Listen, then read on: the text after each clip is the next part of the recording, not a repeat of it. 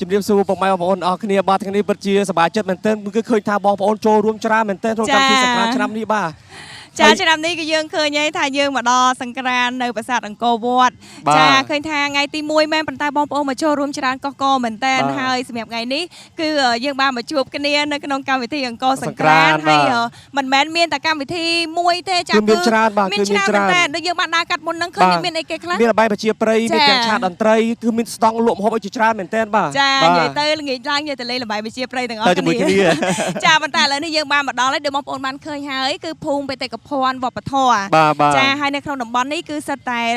ក្នុងមួយស្តង់គឺសិតតែតំបន់ដែលជាប់ជាមួយនឹងបេតិកភណ្ឌពិភពលោកផងដែរដូច្នេះហើយចង់ដឹងថានៅក្នុងនេះមានអីគេខ្លះទៅទស្សនាទាំងអស់គ្នា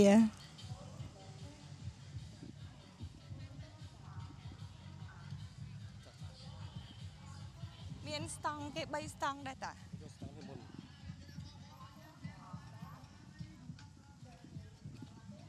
ជំរាបសួរលោកគ្រូជំរាបសួរបាទនៅទីនេះគឺគេហៅថាចម្លាក់ស្បែកបាទនៅទីនេះធ្វើចម្លាក់ដែលយើងយកទៅជាសម្ដែងជាល្ខោនស្បែកមានស្បែកតូចនិងស្បែកធំស្បែកពណ៌ដំបូងឡើយយើងទិញស្បែកស្រស់មិនឲ្យលើស12ម៉ោងទេពេលណាលើស12ម៉ោងស្បែកនឹងអត់គុណភាពបានន័យថាវាធំក្លិនស្អុយវាផុយស្បែកទុកឲ្យបានយូរឆ្នាំទេចុះស្បែកហ្នឹងអានេះយើងធ្វើអំពីស្បែកគោស្បែកគោបាទចាធ្វើមិនបានស្ងួតលោកគ្រូបាទដំបូងឡើយគឺយើងយកមុន12ម៉ោងយើងក្រោយគេពិឃាតហើយនឹងយើងយកមកទាញឲ្យតឹងវាយស្នឹងឬក៏ចងខ្សែហាលវាដោយយកកបិតជាយកសាច់លាងឈាមលាងខ្លាញ់ឲ្យស្អាតទៅហើយបាទយើងស្ងោរសបកឈើដែលមានចាត់ជូរដូចជាកណ្ដោលទៅសេកលាញ់ហ្នឹងយកលាបហាលលើវា3ថ្ងៃទៅ5ថ្ងៃអញ្ចឹងមានន័យថាយើងស្ងោរជាមួយឈើទៀតដើម្បីយកមកលាបទៅលើស្បែកហ្នឹងសបកឈើហ្នឹងយើងស្ងោរដោយឡែកទេអញ្ចឹងបាទយើងយកមកលាបលើស្បែកហ្នឹងដើម្បីឲ្យស្បែកហ្នឹងមានពណ៌ទៅជាពណ៌ក្រហមពណ៌បាទឃើញថាចម្លាក់ទាំងអស់ដែលយើងបានឃើញហ្នឹងដូចមានច្រើនពណ៌ដែរអញ្ចឹងចម្លាក់ទាំងអស់គឺមានតែមួយប្រភេទឬក៏មានច្រើនប្រភេទដែរលោកគ្រូនិយាយរួមទៅចម្លាក់ស្បែកល្ខោនស្បែកយើងចែកចេញជា3ប្រភេទទី1គេហៅស្បែកតូចស្បែកតូចហ្នឹងគឺយើងមានទម្រង់បែបចេះអូបាទនេះអានេះគេលេងកាយវិការចាបាទតាអូយមកហើយយីដល់ចូលឆ្នាំហើយនេះក៏មកលេងហើយនេះមនុស្សច្រើនណា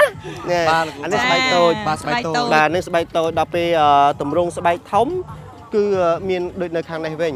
បាទស្បែកធំនេះគឺអានេះក៏លេងជាទម្រង់ដូចស្លឹកឈើខាងក្រោមធំខាងលើឲ្យរាវទៅដើម្បីឲ្យរលាស់ពេលណាយើងរលាស់លេងចឹងមកវាមានចលនាជាមួយចាចុះលោកគ្រូរូបនៅក្នុងស្បែកធំហ្នឹងមានអត្ថន័យយ៉ាងម៉េចដែរលោកគ្រូបាទរូបនេះរូបតួកំប៉ាន់នេះនៅក្នុងរឿងរាមកេរ្តិ៍បាទអូអញ្ចឹងមានន័យថាគ្រប់រូបចម្លាក់ទាំងអស់លោកគ្រូសិតតែដកស្រង់ចេញពីក្នុងប្រវត្តិមួយដែរបាទដកស្រង់ពីសាច់រឿងរាមកេរ្តិ៍ព្រោះល្ខោនស្បែកខ្មែរយើងត្រូវបានចូលជាបេតិកភណ្ឌពិភពលោកនៅក្នុងឆ្នាំ2005ខែវិច្ឆិកា2005ខែវិច្ឆិកាចាមកដល់ឆ្នាំនេះចាក្រែដែរចាហើយឃើញថាស្អាតមែនតើហើយលោកគ្រូអាចច្នៃចេញជាភ្លើងដល់ពេលប្រភេទភ្លើងអញ្ចឹងស្បែកអីវិញដែរលោកគ្រូយកគ្រាន់តែថាយើងចង់កែច្នៃដើម្បីឲ្យគេទទួលយកនៅការកែច្នៃរបស់យើងថានេះជារបៀបបុរាណយើងធ្វើទម្រង់បែបចេះហើយរបៀបកែច្នៃយើងទ្រង់ជាផ្សុំជាគៀងដូចជារូបដែលសម្រាប់តាំងគេអដ្ឋានលើកលម្អគេអដ្ឋានប៉ុន្តែយើងក្បាច់ភ្ញីដែលយើងដាក់ទៅលើទម្រង់ស្បែកយើងនៅរក្សាដដែលយើងខុសទៅទម្រង់ទី1មកលេងទី2មកយើងដាក់តាំងលម្អបាទទៅពិតជាអស្ចារ្យមែនតើយើងអត់ដឹងណាទៅពិតទៅលោកគ្រូទំប្រាប់ថាស្បែកធំនេះមិនមែនយើងលេងបានទេថាដេកបានជាការតាំងបានដូចជាលោកគ្រូគឺស្អាតមែនតើបាទប្រភេទលេងប្រភេទស្បែកតូចបាទស្បែកតូចស្បែកធំហើយដូចជារូបតាំងខាងក្រៅជារបៀបតាំងស្បែកពណ៌តែឃើញមានពណ៌ខុសគ្នាមានពណ៌ខ្មៅមានពណ៌ក្រហមខ្លះក៏មានពណ៌ដូចស្បែកតែហ្នឹងយើងលាបសបកឈើអាស្រ័យពណ៌បានពីសបកឈើសបកកដោលពណ៌ផ្សេងសបកកលាញ់ពណ៌ផ្សេងសបកតសេកពណ៌ផ្សេងបាទព្រោះពណ៌ហ្នឹងវាមានគុណប្រយោជន៍ទី1វាជាតិចាត់ជូរហ្នឹងវាអាចរងាប់ចូលក្នុងស្បែកហ្នឹងទុកស្បែកអាចយូរឆ្នាំបានអាចដល់200ឆ្នាំក៏បានដែរវ៉ាវអស្ចារ្យមែនតើបាទចានិយាយដូចដែលលោកគ្រូបានជំរាបជូនឲ្យឃើញថាបងប្អូនដូចជាបងប្អូនចាគាត់ជាចាបេក្ខជនស្ម័គ្រចិត្តហើយបានមកចូលរួមជាមួយនឹងកម្មវិធីរបស់លោកពូនៅស្តង់នេះគេហៅភូមិបេតិកភណ្ឌវប្បធម៌ដោយសារល្ខោនស្បែកយើងចូលជាបេតិកភណ្ឌចាក្នុងឆ្នាំ2005ចា ចាឃើញថាបងប្អូនគឺវឹកវរមែនតើ មកលើយើងបន្តទៅមើលសកម្មភាពរបស់គាត់តិចទៅ ចាទៅមើលបងប្អូនវិញ បាទ បានចេញ លោកគ្រូបងប្អូនដល់ពេលគាត់ឆ្លាក់មួយអញ្ចឹងទៅអាចប្រហែលជាប្រើរយៈពេលយូរឯងទូច អាស្រ័យទៅតាមគាត់មានជំនាញតូចឬធំទៅតាមហ្នឹងទៅ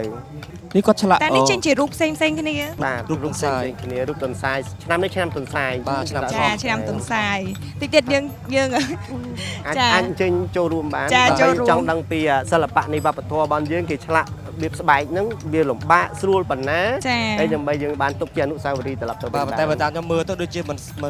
ស្រួលទេមែនទេតែពី ចាអត់ស្រួលទេព្រោះថានេះគឺប្រើជាមួយនឹងកម្លាំងតិចតួចទេប៉ុន្តែសំខាន់គឺកម្លាំងចិត្តហើយនឹងការព្យាយាមហើយការតាំងចិត្តរបស់ពួកគាត់ចាព្រោះថារូបនីមួយដូចបងប្អូនបានឃើញទេថានេះគឺជារូបទន្សាយហើយសម្រាប់ការតាំងចិត្តរបស់ពួកគាត់គឺអត់មានលេងសើចទេចាគឺម៉ត់ឆត់តែម្ដង បាទនេះនៅខាងនេះតូចអាចចេញទៅមើលខាងរូបដែល ចាខាងនោះធំស្បែកធំបាទនៅចំណុចនេះគឺយើងដាប់ជាទម្រង់ធំអញ្ចឹងការឆ្លាក់ទៅជាទម្រង់ស្បែកធំអញ្ចឹងមុននឹងសិល្បៈមុននឹងចេះឆ្លាក់ទៅត្រូវរៀនគូសិនឲ្យដឹងពីក្បាច់ពីក្បួនពីលក្ខណៈល្ខោនស្បែកព្រោះល្ខោនស្បែកយើងពេលណាយើងគូទៅលើស្បែកហ្នឹងត្រូវតែមានអត្ថន័យត្រូវតែមានក្បាច់ក្បួនហ្នឹងឲ្យសមទៅនឹងរូបភាពដែលយើងបានធ្វើនៅលើហ្នឹង បាទលោកគ្រូបាទ បាទ នេះលោកគ្រូមកផ្ទាំងទៅចំណាយពេលប្រហែលទៅលោកគ្រូ អានេះ3ខែ 3ខែវ៉ាវ 3ខែធ្វើគាត់ធ្វើម្នាក់ឯងលោកគ្រូ ធ្វើយកតែម្នាក់ឯងទេបើទៅធ្វើពីរនាក់អត់ ធ្វើពីរនាក់អាចរូបរាងអាចខុសគ្នាចាខុសដៃ តែបើតាមបងគិតថាកន្លងគាត់ហត់គាត់សម្រាប់ទៅមានអ្នកផ្សេងមកជំនួសគាត់អញ្ចឹងណាគាត់ផ្ទាំងធ្វើម្នាក់ឯងពិតជាអស្ចារ្យមែនតើ ចាដូចឃើញផ្ទាំងនេះលោកគ្រូអាចប្រាប់ពីអត្ថន័យនៅក្នុងរូបភាព រូ ទាំង ប អស់ នេះ ហ្នឹង ដ បា ក ន ស្រង់ពីផ្ទាំងអង្គរហើយរូបនេះដកចេញពីរូបព្រះព្រំ រូបតែព្រំ ចា៎ បាទព្រោះរូបនេះគឺមានទំហំធំស្បែកនេះជាង2ម៉ែត្របាទថាគឺការតុបតែងខ្ញុំជ្រើសរើសរូបស្បែកដែលល្អឯកមួយទៅដើម្បីយើងឆ្លាក់ទុកជាតំណាងនៃថ្ងៃក្រោយណា បាទ នោះគឺរូបនោះគឺរបៀបតម្រង់លេងក៏ប៉ុន្តែគ្រាន់តែវាធំពេកយើងធ្វើជារបៀបតាំង ចា អញ្ចឹងក្រងយកទៅតាំងទេលោកគ្រូណា បាទ អានេះយើងយកទៅតាំងដល់សារធំពេកយើងលាកការយកទៅតាំងលោកគ្រូណា បាទតម្រង់លេងបានតែធំប៉ុណ្ណេះដល់ពេលធំអញ្ចឹងបានតាំងបានស្អាត បាទ បើតាមការស្រាវជ្រាវគឺមានតាំងពីសតវត្សទី1 បាទ តែគាត់ថាបែបជាស្បែកតូច បាទ ដល់ពេលអំឡុងពេលក្រោយមកក៏យើងវិវត្តទៅខ្លាចទៅជាបាទសាច់រឿងរាមកេរ្តិ៍មានបំពាក់សម្លៀកបំពាក់ទៅលើការតុបតែងច្នៃប្រឌិតបន្ថែមបន្តទៀតដល់សម័យកាលឥឡូវ បាទអរគុណគ្រូមកលើយើងដើរទៅមើលឲ្យគៀតតិចហី តោះចាសូមអញ្ជើញ ជាស្អាតមែនតើ ចា បាទព្រោះនេះស្បែកនេះធំជាងគេហើយព្រោះប្រវែងជាង2ម៉ែត្រហ្នឹងអត់មានខ្ញុំធ្វើយកកន្លែងខ្ញុំបើកបង្រៀនហ្នឹងរយៈពេល22ឆ្នាំហើយ បាទ ហើយខ្ញុំមានកូនសិស្សច្រើនដែរក្នុងខេត្តសៀមរាបជិត50នាក់ហើយ អូ50 បាទហើយធ្វើហ្នឹងគឺដើម្បីទី1ការឆ្លាញ់ចូលចិត្តរបស់ខ្ញុំចង់បន្តនៅគេមរតករបស់ខ្មែរយើងឲ្យមានបន្តជានិរន្តរ៍ទៅទៀត បាទ ហើយក៏ចង់ឲ្យប្រជាជនយើងអរគ្នាជួយគ្រប់គ្រងនិងលើកតម្លៃនៅសិល្បៈបេតិកភណ្ឌក៏ដូចសិល្បៈខ្មែរយើងដើម្បីឲ្យមានការរីកចម្រើនលូតលាស់បើសិនជាគាត់អាចចូលរួមនឹងការលើកតម្លៃដំកើងនៃសិល្បៈយើងក៏អានឹងជាមោទនភាពមួយសម្រាប់យើងជាជនជាតិដូចគ្នា បាទនេះជាចិត្តដ៏ល្អរបស់លោកគ្រូបាទ ចាពិតជាត្រឹមត្រូវដោយយើងជាកូនខ្មែរចំនួនក្រោយចានេះគឺជាកេរមរតកពីដូនតារបស់យើងដែលលោកគ្រូគាត់ខំថែរក្សាអញ្ចឹងពួកយើងទាំងអស់គ្នាអត់មានអីទេក្រៅពីជួយខំថែរក្សាទៅមុខទៀតដើម្បីជាកេរមរតករបស់ដូនតាយើងចាឲ្យកូនខ្មែរចំនួនក្រោយទៀតក៏បានស្គាល់ បាទអរគុណលោកគ្រូសម្រាប់ពាក្យណែនាំពីពាក្យបកស្រាយយ៉ាងក្បោះក្បាយហើយទៅយល់ដឹងថាល្ខោនស្បែកមាន3ប្រភេទ ចា បាទមានប្រភេទឲ្យស្បែកធ្វើពីស្បែកអ្វីយកឈើអីមកលាយជាមួយដើម្បីធ្វើឲ្យស្បែកទុកបានយូរអញ្ចឹងណាបាទ ចាឥឡូវនេះយើងមកទស្សនាហើយជាមួយនឹងភូមិបេតិកភណ្ឌវប្បធម៌ឥឡូវយើងនឹងទៅទស្សនាជាមួយនឹងកម្មវិធីសប្បាយៗជាបន្តទៀត ជំរាបសួរបងប្អូនអរគ្នាបាទឥឡូវនេះខ្ញុំកំពុងនៅទីតាំងមួយដែលគេកំពុងធ្វើចង់ថាធ្វើអំពីដីសូនទៅជា ឆ្នាំងឬតែជាឆ្នាំងដីជាថោផ្សេងទៀតអញ្ចឹងណា ចាបើស្ដាប់ទៅដូចជប់អញ្ចឹងណា បាទដូចជប់អញ្ចឹង ចាឥឡូវនេះយើងនៅភូមិបេតិកភណ្ឌវប្បធម៌ចាហើយយើងបានឃើញហើយចាយើងក៏លេចមកយើងឃើញមានឆ្នាំងដីយើងឃើញមានវត្ថុជាច្រើនយើងអត់ដឹងថាវិធីធ្វើរបស់គាត់របៀបណាប៉ុន្តែគឺសិតតែធ្វើមកពីដីទាំងអស់ចាអាចនឹងយកទៅហាលឬក៏អីដែលលឺចាស់ចាស់ពីដើមគាត់និយាយណាចាឥឡូវយើងចង់ដឹងថានៅក្នុងនេះមានអីដែលពិសេសទៅទស្សនាទាំងអស់គ្នាដូចតទៅចា មានសួរបាទមានសួរ លោកគ្រូចាលោកគ្រូមានឈ្មោះអីដែរ ខ្ញុំបាទវងសាវុធីជាប្រធានសារមន្ទីរកុលាលភាពអង្គរភូមិតានី អូប្រធានសារមន្ទីរចានិយាយទៅចាជួបលោកគ្រូចាយើងមិនត្រឹមដឹងតែប៉ុណ្្នេះណាអាចដឹងលើសជាងនឹងច្រើនទៀតណាចាសប្បាយចិត្តមែនតើ គ្រប់សំណួរទាំងអស់ ចាអរគុណ ប្រពន្ធខ្ញុំមកនេះគាត់ចង់ដឹងពីលំអិតអំពីការធ្វើឆ្នាំងដីឬក៏ធ្វើផ្សេងតែប៉ុន្តែឈ្មោះពិតគេហៅគេលោកគ្រូ កុលាលភាព កុលាលភិក អូកលាលភិក កុលាលភិកហ្នឹងគេហៅថាពាក្យភាសាបាលីសំស្ក្រឹតអីជំនាន់មុន ហ្នឹងហើយកុលាលភាពមកពីពាក្យពីរបូកបញ្ចូលគ្នាពីម៉ាត់ណាកុលាលហើយនឹងភាពផាយចនៈនៃភាសាសំស្ក្រឹតហើយកុលាលហ្នឹងបែរថាដីដុតអញ្ចឹងបូកជាមួយនឹងភាយដែលជាផលិតផលអ្វីក៏បានដែរកុលាលភាពនេះมันផ្ដោតទៅលើតែចានឆ្នាំងទេណាបាទអញ្ចឹងកុលាលភាពគឺផលិតផលដីដុតដែលសូនពីដីដុតមកអញ្ចឹងក្នុងហ្នឹងមានដូចជាសូមបីតាពីក្បឿងនិយាយតាពីក្បឿងរហូតមកដល់ការ៉ូស្ទើរតែកុលាលភាពទាំងអស់ តែប៉ុន្តែនេះទំនើបណាតែប៉ុន្តែជាទូទៅខ្ញុំហៅថាឆ្នាំងដីតែឃើញសូនពីដីអញ្ចឹងអត់ស្រួលហៅទម្លាប់ខ្មែរយើងហៅឆ្នាំងដីប៉ុន្តែតាំងពីពិតមិនមែនតែឆ្នាំងដីណាមានចានមានលព្រាមានចង្កឹះមានសមនោះយើងលេចគិតទៅ ចាដូចយើងបានហើយនៅយើងបានមានច្រើនមែនតើហើយសម្រាប់វិធីធ្វើវិញលោកគ្រូចាយើងយកពីដីមកត្រូវទេ អាហ្នឹងវាពិបាកណាខ្ញុំពិបាកបញ្យល់អារឿងយកដីហ្នឹងប៉ុន្តែខ្ញុំកាត់មែនតើបន្ទាប់ពីយកដីពីដៅមកយើងរែងយកខ្សាច់ចេញអស់ហើយយើងត្រូវកូរយកធ្វើម៉េចកូរនៅក្នុងដីនៅក្នុងទឹករាវណាឲ្យកើតជាផុកដើម្បីឲ្យរងអាគ្រាប់គ្រោះគ្រាប់អីហ្នឹងចុះពីក្រោមមកទៅបានយើងដួសអាលើហ្នឹងយកមកដួសខាប់ហ្នឹងចាទុកដើម្បីឲ្យដីឥដ្ឋហ្នឹងចាប់ផ្ដើមធ្វើបាន ចាបាទ ចឹងប្រភេទហ្នឹងយើងធ្វើបាន ដីធ្វើបានគឺដីឥដ្ឋបាទដីឥដ្ឋធ្វើបានគឺទុនប៉ុណ្ណឹងហើយលេងប្រឡាក់ដៃយើងបែកបាក់ទៀតហើយហ្នឹងបានយើងធ្វើបានបើសិនជាជ្រាយជាងហ្នឹងទៀតយើងទុកសិនរហូតតតែដីឥដ្ឋហ្នឹងអាចយកមកប្រើប្រាស់បាន ចាហ្នឹងជាដំណាក់កាលនៃការយកដីឥដ្ឋបន្ទាប់មកយើងធ្វើដំណាក់កាលទី1យើងយកមកផលិតចេញជាបែបនេះអានេះយើងឡើងលើកង់បង្វិលណាដោយបងស្រីគាត់នឹងរៀបចំខាងមុខណានេះយើងឡើងលើកង់បង្វិលប៉ុន្តែបច្ចេកទេសនៃការផលិតច្រើនយ៉ាងមិនមែនមានតាមមួយប្រភេទហ្នឹងទេមានការបោះពុម្ពខាងនោះបោះពុម្ពហើយមានមួយទៀតគេអាច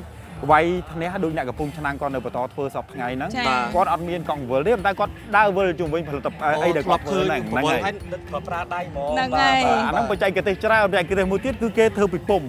បាទហើយពុម្ពមួយទៀតបាទចេញមកបែបនេះហ្នឹងពុម្ពចាអូវិធីសាស្ត្រនៃការផលិតកុលាលភាពខ្ញុំស្មានតែមកអត់ទេដីដុត ចានិយាយទៅបើដល់ពេលដែលយើងសូនជាដីឥដ្ឋហើយហ្នឹងគឺយើងត្រូវការយកទៅហាលដើម្បីស្ងួតដែរទី1ហាលឲ្យស្ងួតហើយដុតដំណាក់កាលទី1សិនដំណាក់កាលទី1យើងដុតវានៅក្នុងកម្រិតសីតុណ្ហភាពមួយទាបនៅឡើយទេអត់ទាន់ខ្ពស់ទេចាហើយកាលណាយើងដុតសីតុណ្ហភាពដំបូងនេះវាឡើងមកត្រឹមកម្រិតនេះអានេះចេញជាពណ៌បែបហ្នឹងបើភាសាបច្ចេកទេសគេហៅ terracotta ឬមួយក៏ earthenware បែរថាជាភេកផុយយើងអាចកាច់បានអីបានងាយបោប៉ុន្តែអត់លលីនៅក្នុងទឹកទេបែរតែឆ្អិនដំណាក់កាលទី1ហើយបានយើងទៅជ្រលក់ស្រទាប់បលងយកទៅដុតដើម្បីបានស្រទាប់បលងនៅក្នុងដំណាក់កាលទី2នេះដំណាក់កាលទី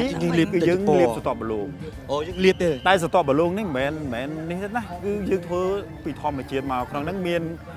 គេហៅថាម្សៅស៊ីលីកេតម្សៅស៊ីលីកាម្សៅខ្សាច់ក៏បានហើយងាយយល់ខ្សាច់ទៅបុកឲ្យម៉ត់ទៅលាយជាមួយដីផុកនេះជាមួយអីហ្នឹងទៅដើម្បីយកបានជាស្រទាប់បលងហើយពណ៌ហ្នឹងទៀតអាស្រ័យទៅលើសមាសធាតុគីមីក្នុងហ្នឹងបើយើងចង់បានពណ៌ខ្មៅយើងមានសមាសធាតុគីមីដែលលាយពីដែកបាទអញ្ចឹងចង់បានពណ៌បៃតងមានស្ពាន់អញ្ចឹងទៅយើងកុលាលភាពយើងរកឃើញនៅដៅកំណាយមួយនៅឡាងស្ពានស្ថានីយ៍បរិវត្តសាស្ត្រមួយនៅឡាងស្ពានគេហៅណាស្ថានីយ៍ឡាងស្ពានហ្នឹងនៅភ្នំតាក់ប្រាំងបាទខេត្តបាត់ដំបងយើងរកឃើញអាយុកាលរហូតដល់10000ឆ្នាំ10000ឆ្នាំបាទដល់អាហ្នឹងក្រោយមកទៀតដែលយើងស្រាវជ្រាវក្រោយមកទៀតបើពីមុនមកយើងរកឃើញថា5-6000ឆ្នាំអញ្ចឹងទៅចា ហើយបើព័ត៌មានមួយទៀតដែលយើងរកឃើញដែលគេមានសរសេរក្នុងការស្រាវជ្រាវរហូតដល់ 70000 ឆ្នាំ ចា៎ អញ្ចឹងកលលភាពរក្សា ទុកបានយូរណាស់ បានយូរណាស់កុំតែយើងបំបោក ចាចាចា បើយើងថែទាំបើថាតកូនតចៅរាប់ពាន់ ចា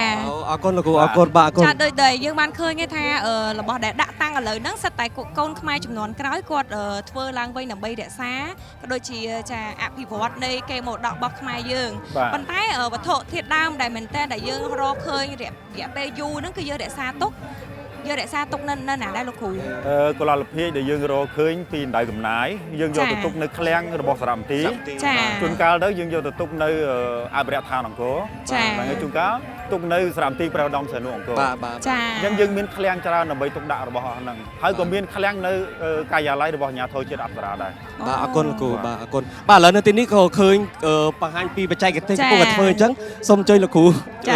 ជួយរាប់ទស្សនាដែលគាត់កំពុងតែធ្វើបាទបាទ ដំបូងខ្ញុំសូមបង្ហាញ នេះ ពី គេហៅ របៀ ទៅ ប លោកគ្រូរបៀបគេធ្វើ នេះ អី ពុំ អូនេះជាពុំ ពុំ បាទជាពុំ ពុំហ្នឹងដើម្បីអីដើម្បីយើង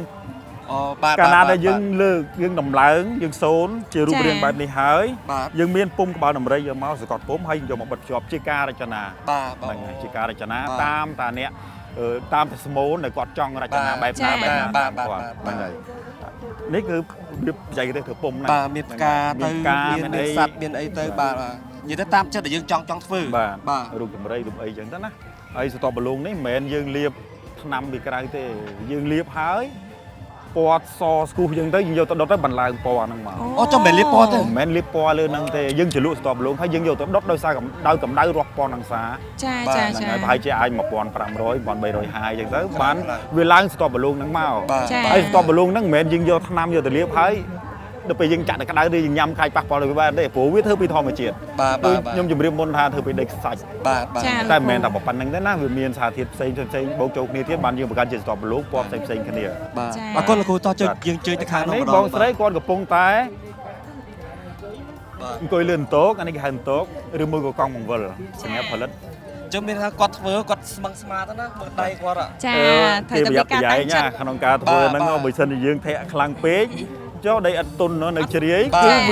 វាខូចតែម្ដងអញ្ចឹងគាត់ត្រូវប្រយ័ត្នប្រយែងក្នុងការផលិតរបស់គាត់ក្នុងការសូនរូបរបស់គាត់ សុំសួរបងស្រីធ្វើមើលនៅខាងហ្នឹងបានឆ្នាំហើយ 20 ឆ្នាំហើយ20 ឆ្នាំវ៉ាវចាហើយបងស្រីដល់ពេលដែលធ្វើអញ្ចឹងដែរផ្្លាត់ស្នៀតខូចឬក៏ដូចថាវាទុននៅទុនដោយសារយើងអត់ទាន់បានយកទៅហាលដើម្បីឲ្យរឹងអញ្ចឹងដែរមានបញ្ហាអីពិបាកឯងបងស្រី ជាទូទៅជាមួយនឹងដីតែងតែមានការលំបាកហើយនឹងស្រួល ចា ដោយសារតែយើងធ្វើបើសិនជាធ្វើលើម៉ាស៊ីនបើយើងដាក់ដៃអត់នឹងវាអត់កើតជាចានទេ ចា តែបើយើងដាក់ដៃនឹងវានឹងកើតប៉ុន្តែសម្រាប់រៀនដំបូងវាពិបាក ចា ប៉ុន្តែដូចខ្ញុំធ្វើនិយាយទៅវាអត់សើអីទេដោយសារតែយើងធ្វើរាល់ថ្ងៃទៅវាអាចបានល្អចា ចា ជំនាញរបស់គាត់ តែកន្លែងនេះមួយដែលយើងធ្វើហ្នឹងអាចធ្វើបានរូបច្រើនទេបងឬក៏សម្រាប់តែរូបហ្នឹងមួយទេ នៅលើអន្តោគឺគេធ្វើបានជារបៀបកែវចានឆ្នាំងទឹក របស់អីដែលមូល របស់ដែលប្រើប្រាស់ប៉ុន្តែរបស់ដែលដូចជាយើងធ្វើជាខ្សែកធ្វើជារូបដោយដៃគឺយើងធ្វើដោយពុំខ្លះហើយយើងធ្វើដោយដៃ ចា ប៉ុន្តែអានេះដោយសារយើងធ្វើលឿនតូកដោយដៃដែរប៉ុន្តែលឿនតូក ចា នៅលឿនតូកមានដូចជាចានថោហើយនឹងកែវពេងអីផ្សេងណាចា ចា ចឹងនេះពេលដែលគាត់ធ្វើឲ្យគាត់ចង់បានក្បាច់ផ្សេងគឺចាក់ជាមួយនឹងពុំដោយលោកគ្រូបានប្រាប់ខ្ញុំ ទៀតគូក្បាច់គូអីទៅលើទៀតតាមដែលយើង ចានេះគឺយើងសម្រាប់ធ្វើរបស់អីមួយដែលអាចបវលនេះសម្រាប់បវលឲ្យស្មើចាអូយល់បានច្រើនថ្ងៃនេះ ឃើញទូយទៅធំជាងហ្នឹងទៀត ខ្ញុំសូមជម្រាបម្ចាស់ ចា នៅសម័យអង្គរបុព្វបុរសយើងគាត់ចេះប្រើអន្តោកហើយ ចា ព្រោះកលលភាពដែលយើងរកឃើញពីដៅកំណាយពីស្ថានីយ៍ឬមួយក៏ពីឡបុរាណគឺយើងឃើញមានការប្រើប្រាស់អន្តោករួចហើយ ចា ហើយក៏គាត់ចេះប្រើពុំបច្ចេកទេសរបស់គាត់សប្តាហ៍ហ្នឹងយើងយកមកប្រើទាំងអស់ ចា ហើយកូនខ្មែរនៅតែបន្តការងារហ្នឹង ចានិយាយទៅនៅតែបន្តថែរក្សាឲ្យអភិវឌ្ឍបន្ថែម អីដែលយើងធ្វើអត់បាននោះគឺគុណភាពដីឥដ្ឋសម័យហ្នឹងល្អជាងយើង ចាត្រូវហើយចា ហើយមួយទៀតបច្ចេកទេសដុតរបស់គាត់ហ្នឹងយើងសូមសរសើរដោយសារឥឡូវហ្នឹងយើងដុតពីហ្គាស ចា ហ្នឹងហើយយើងទិញពីផ្សារមកហើយសម័យហ្នឹងគាត់ដុតពីអុស ប៉ុន្តែគុណភាពកុលភាពដែលចេញមកហ្នឹងគឺគុណភាពល្អជាងយើងទៀត ចា អញ្ចឹងដែលពិសេសដែលយើងធ្វើអត់តាន់បានទេព្រោះយើងដុតអស់តាមគាត់ប្រហែលជាអត់មានមួយបានយកមកលក់ទេមើលទៅតែនេះយើងដុតហ្គាសងាយស្រួលក្នុងការគ្រប់គ្រងភ្លើងបានប៉ុន្តែអត់ដុតអស់អត់ងាយទេពិបាកណាស់ ចា បាទអរគុណលោកគ្រូអរគុណសម្រាប់ចម្លើយដែលខ្វះក្បាយហើយយើងយល់បានច្រើនមែនតើបាទ ចាអញ្ចឹងដូចដែលបងប្អូនបានឃើញនេះគឺសិតតែជាចាវត្ថុគេហៅថាវត្ថុបុរាណនៃដែលបន្សល់ទុកពីដូនតារបស់យើងចំនួនមុនចាដែលយើងអាចរកឃើញរហូតដល់ 10000 ឆ្នាំចាអាចនឹង 50000 ឆ្នាំទៀតណា បាទកប់នេះតែមិនខូចទេបាទ ចាតែអត់ខូចទេឲ្យតែថាយើងរក្សាបានល្អហើយឥឡូវហ្នឹងយើងក៏បានយកទៅដាក់តាំងនៅស្រាប់ទីនានាដែរចាបងប្អូនអាចទៅចូលរួមទស្សនាបាន តែខ្ញុំសូមជម្រាបមួយខ្ញុំខ្លាចវាមានបញ្ហាណា ចា ព្រោះថាដែលដូចខ្ញុំជម្រាបថាដែលយើងរកឃើញប្រហែល 100,000 ឆ្នាំមុនបច្ចុប្បន្ននេះ ចា ជាការស្រាវជ្រាវនៅស្រុកគេមិនមែន ចា ទេប៉ុន្តែដូចនៅស្ថានីយ៍ឡើងស្ពានហ្នឹងគឺយើងរកឃើញរហូតទៅដល់ 10000 ឆ្នាំ ចាចា ចឹងហៅថាអាយុកាលនៃការប្រើប្រាស់កុលភាពហ្នឹងវាយូរមែនតើហើយកុលភាពគឺជាប់ជាមួយនឹងមនុស្ស បាទ តាំងពីកើតរហូតដល់ស្លាប់ ចាចាលោកគ្រូចា កើតពេលយើងកើតមកសំទោសនៅពេលដែលយើងកំពុងតែរស់នៅប្រចាំថ្ងៃយើងប្រើភាជជាការដាំបាយស្លហូបចុកប្រចាំថ្ងៃអីចឹងនៅដួសទឹកយកមកប្រើអីគ្រប់សពបែបយ៉ាងដាំទឹកញ៉ាំឬមកគោធ្វើអីចឹងទៅពេលស្លាប់ទៅវិញគឺគេយកកុលភាពហ្នឹងសូម្បីតាជនជាតិភាគតិចមួយចំនួននៅក្នុងតំបន់ភ្នំណានៅយកកុលភាពហ្នឹងយកចោះគូត ចា ចោះគូតបំបោកបំបែកនៅចិត្តភ្នោឬមួយក៏ដាក់នៅក្នុងភ្នោហ្នឹងដើម្បីជាគេហៅប្រឡុងណាបាទគ្រឿងប្រឡុងហ្នឹងយកទៅឲ្យខ្មោចនឹងយកទៅតាមឬមួយក៏ភេងហ្នឹងតំណាងឲ្យមនុស្សដែរប៉ុន្តែដែលបែកទៅហើយ ចា ធម្មតាការស្លាប់យើងប្រើភាសាមួយថាបែកកាយអីណាបែករូបបែកកាយហ្នឹងទៅអញ្ចឹងតំណាងឲ្យមនុស្សទៀតគឺគេយកកុលភាពយកទៅបោកបំបែកអញ្ចឹងហៅថាពាក់ព័ន្ធជាប់រស់នៅជាមួយយើងរហូតគ្រប់វិស័យ ចា បាទអរគុណគ្រូចុងក្រោយសូមអរគុណលោកគ្រូហើយជូនពរឆ្នាំថ្មីឲ្យលោកគ្រូមានសុខភាពល្អជោគជ័យគ្រប់ការងារទាំងអស់បាទ អរគុណច្រើនជូនពរ អរគុណលោកគ្រូ ហើយសេរីសុខស្ដីណា បាទ ចាអញ្ចឹង អរគុណច្រើនបងប្អូនទាំងគ្នាមកទស្សនាឲ្យពីកលាលំភាយើងបានយល់ដឹងច្រើនមែនតើបាទពីកម្មវិធីបន្តសូមបងប្អូនទាំងគ្នាទស្សនាពីកម្មវិធីបន្តទៀតសូមអរគុណ យើងខ្ញុំតែ3នាក់ក៏សូមអនុញ្ញាតគោរពជំរាបសួរដល់បងប្អូនដែលតាមដាននៅទីនេះផ្ទាល់ក៏ដូចជាបងប្អូនដែលកំពុងតែតាមដានទស្សនាតាមកញ្ចក់ទូរទស្សន៍បាយ័ន TV ចាឥឡូវនេះគឺយើងកំពុងតែស្ថិតនៅឯបរិវេណអង្គរតូចកំពុងតែឈរនៅមុខឯវងស្គរដៃតន្ត្រីសុកស្រែស្គរពុកចា ចាឃើញថា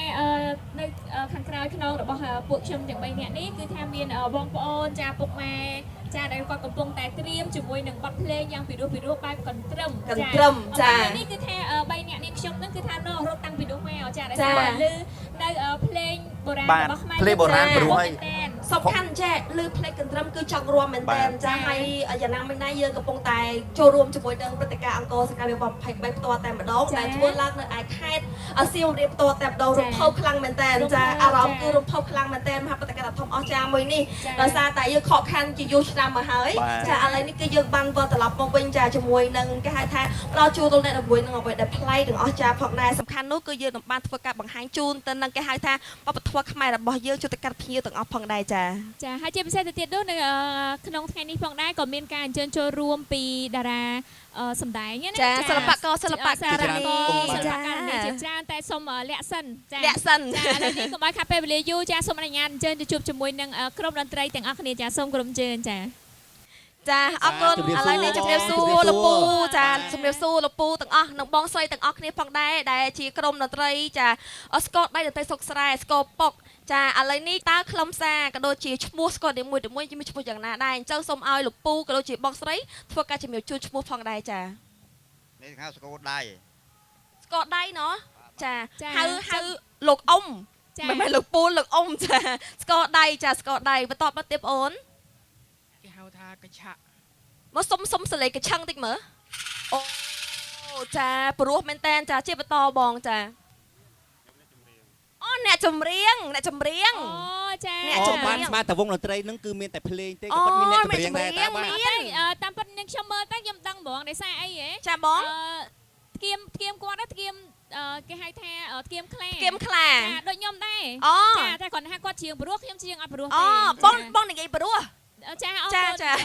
អរគុណជាបន្តលោកពូចា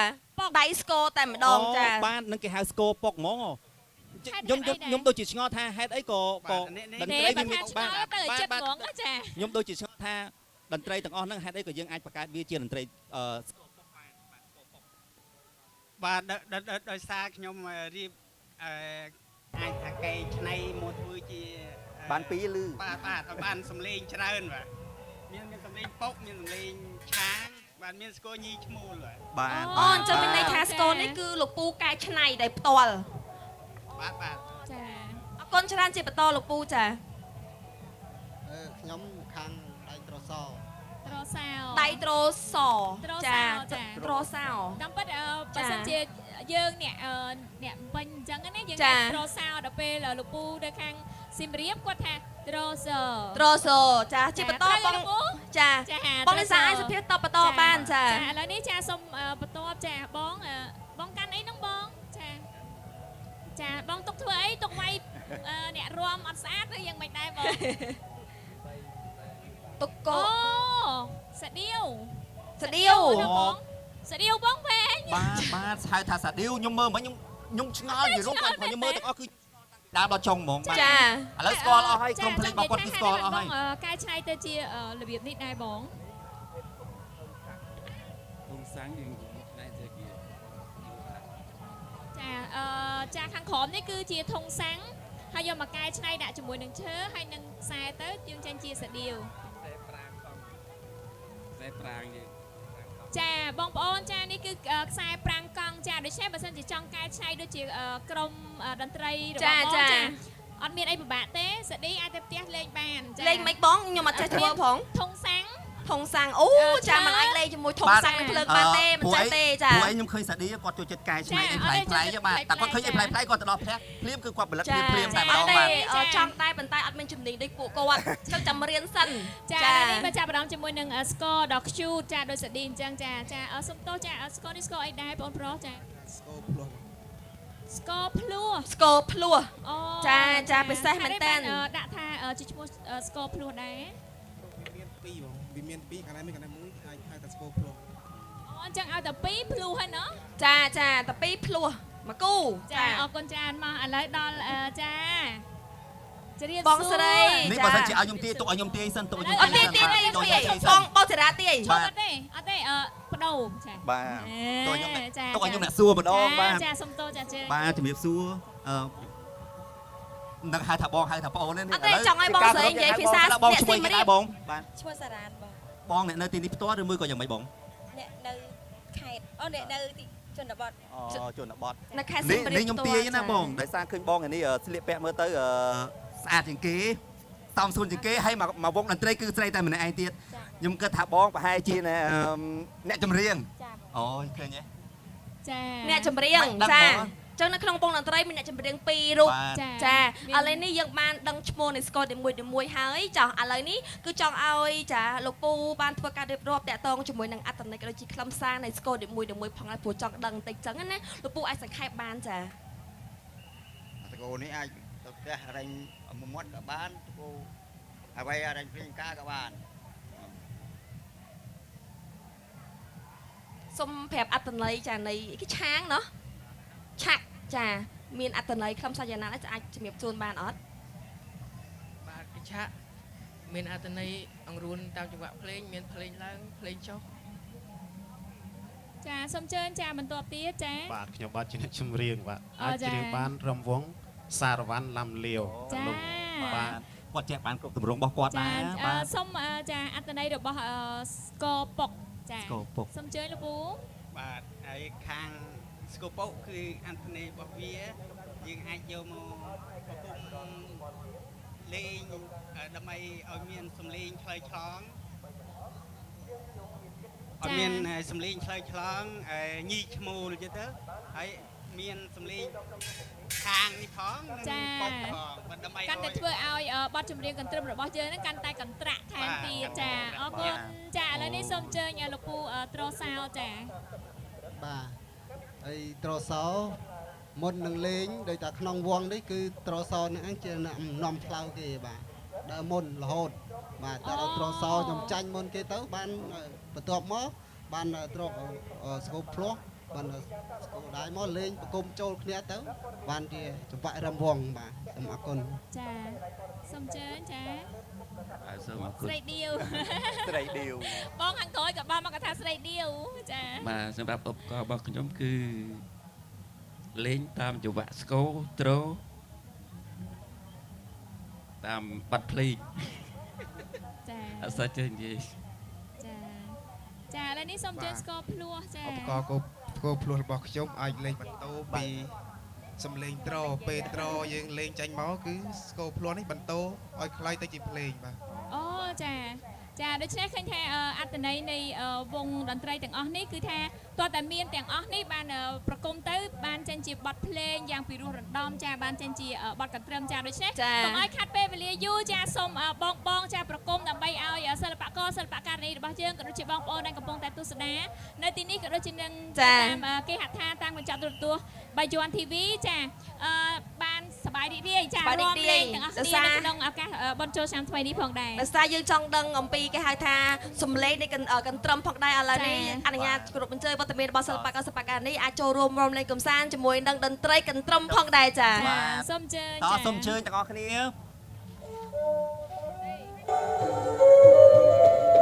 សូមគោរពអញ្ជើញបងប្អូនទាំងអស់គ្នាសូមអញ្ជើញចូលរួមមាន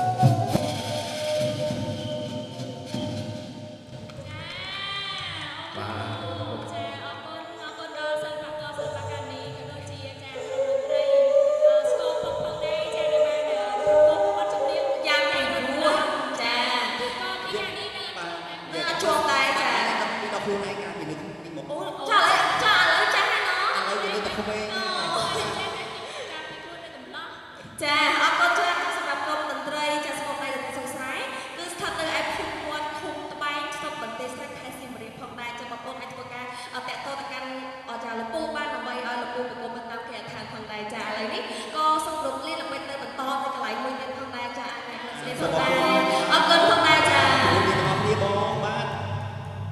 បាទអរគុណឃើញថាសម្រាប់បងប្អូននៅទីនេះគឺរួមកំសាន្តរហូតអត់មានឈប់ទេបាទ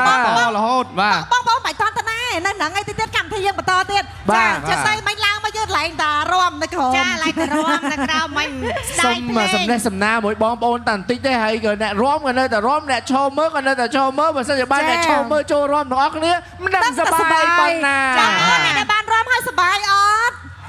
សប្បាយសំឡេងហូរខ្លាំងទាំងអស់គ្នាឥឡូវសួរបន្តទៀតបងប្អូនដែលឈរមើលបងប្អូនរួមនឹងសប្បាយអត់សប្បាយចង់សប្បាយជាងហ្នឹងទេចង់ចូលមកទាំងអស់គ្នាបងប្អូនចូលមកទាំងអស់គ្នាបាទអរគុណច្រើនមែនតើសម្រាប់ថ្ងៃនេះគឺបងប្អូនជើញចូលរួមច្រើនហើយជាពិសេសនោះគឺតាសប្បាយរីករាយនៅក្នុងកម្មវិធីរបស់យើងគឺកម្មវិធីអង្គរសង្ក្រាន្តគម្រប់ខួប10ឆ្នាំចាតាំងពីឆ្នាំ2013រហូតដល់2023នេះហើយចាអញ្ចឹងសូមសួរបងប្អូនសម្រាប់កម្មវិធីរបស់យើង3ថ្ងៃបងប្អូនស្អែកមកទៀតអត់មកចាចុះខានស្អែកមកទៀតអត់ថ្ងៃទី3មកអត់បាទមកទាំង3ថ្ងៃលើកដៃទាំងអស់គ្នាចាបាទអញ្ចឹងដោយតែបងប្អូនអរគ្នាបានដឹងហើយថានៅក្នុងថ្ងៃនេះយើងបានទទួលទេវតាឆ្នាំថ្មីបាទវេលាបាន4ទៅតែមុននេះមិនបាញ់មិញទេបាទកម្មវិធីធំដែលបានធ្វើនៅទីលានជលដំរីនោះក៏បានទទួលទេវតាឆ្នាំថ្មីហើយអញ្ចឹងយើងខ្ញុំទាំងអស់គ្នាក្នុងនាមជាប្រវត្តិខ្មែរជំនុំមុខឲ្យបងប្អូនទាំងអស់គ្នានៅទីនេះសូមបួងសួងដល់ទេវតាឆ្នាំថ្មីបាទឆ្នាំថោះបញ្ញស័កពុទ្ធសករាជ2557ព្រះនាមកេមរាទេវីសូមឲ្យព្រះអង្គតាមថែរក្សាបីបាច់កូនចៅបាទដែលមានវត្តមាននៅទីនេះក៏ដូចជានៅក្នុងប្រទេសកម្ពុជាទាំងមូលសូមបានជួបតែសេចក្តីសុខសុភមង្គលជោគជ័យគ្រប់ការងារភារកិច្ចទៅណាមកណាសូមជួបតែសុខសុវត្ថិភាពទាំងអស់គ្នាពុទ្ធពរទាំង4ប្រការយុវណៈសុខៈពលៈកំបីក្លៀងក្លៀតឡាសាធុហើយជាពិសេសឆ្នាំត្បូងសួស្តីឆ្នាំត្បូងអរគុណយ៉ាងទៅបងប្អូនអីបងរត់គាត់មកខែជូនបូនណានិយាយពីលូនបងរត់គាត់ចាប់អាជីពមួយទៀតលើហើយគាត់ថាអាចារ្យគាត់ចូលដល់វ័យគាត់បន្តទៀតអាចារ្យហ្មងចាហ្នឹងមានចាស់អីចឹងហ៎ចាមិនជូនពរមិនភ្លេចមួយទៀតសំខាន់ជូនពរអូស៊ីមានបានទាំងអស់គ្នាលុយចូលលានដុល្លារអរគុណចាំមើលថានៅក្នុងឆ្នាំថ្មីបងប្អូនទទួលបាននៅភាពសប្បាយរីករាយសុខភាពល្អជោគជ័យគ្រប់ការងារហើយសម្រាប់បងប្អូនដែលធ្វើដំណើរទៅតាមដងផ្លូវទីចិត្តទីឆ្ងាយមកទីនេះធ្វើដំណើរទៅតាមបណ្ដារមណដ្ឋានផ្សេងទូទាំងប្រទេសបាទសូមធ្វើដំណើរដោយសុវត្ថិភាពគោរពច្បាប់ចរាចរណ៍មានការអធ្យាស្រ័យគ្នាទៅវិញទៅមកហើយសប្បាយរីករាយទាំងអស់គ្នានៅអំណរឆ្នាំថ្មីបាទអរគុណច្រើនឥឡូវនេះយើងនៅតែមានបទចម្រៀងពីរោះដើម្បីផ្ដល់ជូនភាពសប្បាយរីករាយជូនដល់បងប្អូនដែលគាត់កំពុងតែចាំរំនិយាយទៅបងប្អូនក៏អត់ទៅណាទេពិតមែនទេចាសូមសួរបងប្អូនចង់រំចង្វាក់អីដែរចង្វាក់អីគេបងចង្វាក់អីគេបាទបងប្អូនថាគ្រប់ចង្វាក់ឲ្យតែដាក់មកស្អីក៏រំដែរឥឡូវផ្លែក៏រំដែរចាអរគុណដល់ជ្រេចាឥឡូវចេះចង់និយាយថាដោយសារតែអ្នកចាំនឹងវងនឹងភ្លេងលេងបងប្អូននឹងវងរំហើយចុះអានក្រោយអានទីចូលទាំងអស់គ្នាបានអត់បាទឥឡូវបានលើកដៃបាទឥឡូវសំណុំពរបងប្អូននៅគៀនទាំងអស់នឹងសូមអញ្ជើញចូលមកបងប្អូនអញ្ជើញចូលមករួមទាំងអស់គ្នាបាទទុកផ្លូវដែរណាអូនចូលរួមសប្បាយរីករាយនៅក្នុងឱកាសបុណ្យចូលឆ្នាំថ្មីប្រពៃណីខ្មែររបស់យើងគឺជាមហាគ្រួសារខ្មែរគឺថាមកពីទីចិត្តទីឆ្ងាយពីខាងណាពីខាងណី24 25ខេត្តក្រុងរាជធានីទាំងអស់គឺយើងជាខ្មែរតែមួយអញ្ចឹងចូលរួមសប្បាយទាំងអស់គ្នារួមលេងកំសាន្តទាំងអស់គ្នាចាពិសេសគឺទឹកមុខស្នាមញញឹមរបស់បងប្អូនទាំងអស់គ្នាអូរួមបដាសើចបដាទៅគឺសប្បាយមែនតើចាព្រោះថាជាមហាគ្រួសារខ្មែរតែមួយតែម្ដងឥឡូវនេះជឿជាក់ថាបងប្អូននៅខាងមុខក៏គាត់ចង់រំបន្តទៀតហើយចាដូច្នេះសូមបន្តនៅភាពសប្បាយរីករាយជាបន្តជាមួយនឹងក្រុមតន្ត្រីសិល្បករសិល្បករនីដូចតទៅសូមរីករាយបន្តញ៉ាំជូនភាពសប្បាយរីករាយជាបន្តដល់បងប្អូនរួមលេងកំសាន្តបន្តទៀត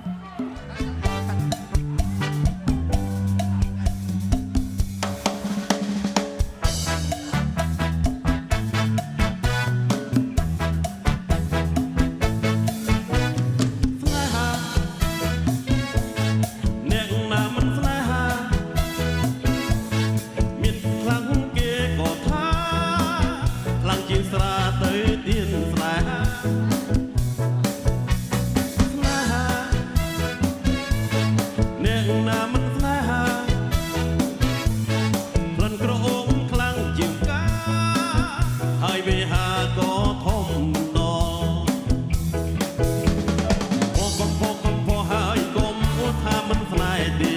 để không bỏ lỡ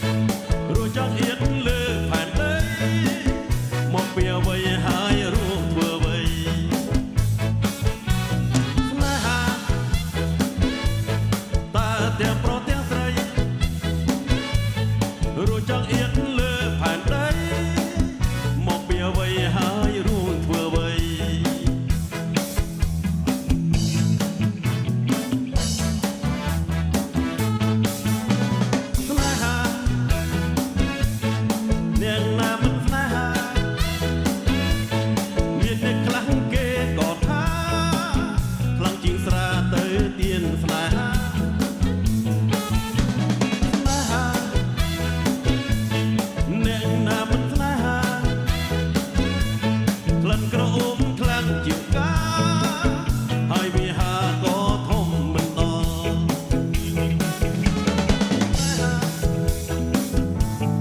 អ្នកណាមិនស្នេហាមានអ្នកខ្លះគេក៏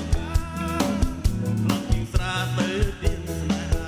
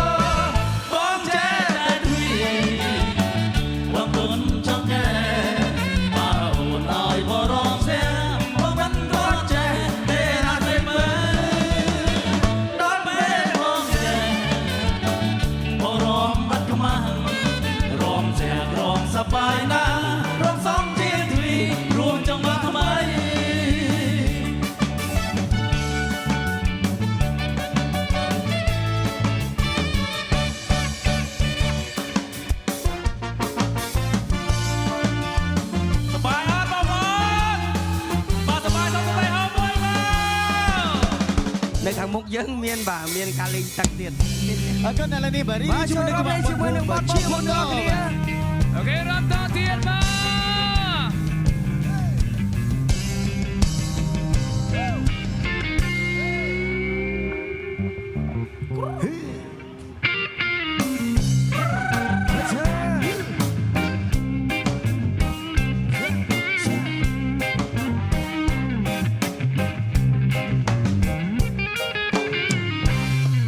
លោកតែលឺគេនិយាយថាអ្នក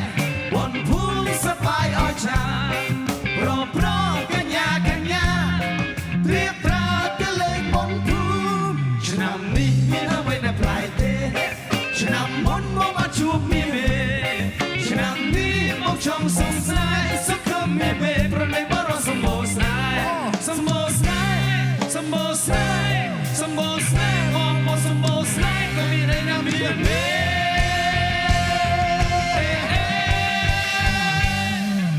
អ្នកនៅព្រៃអត់ទៅស្ដាយក្រោ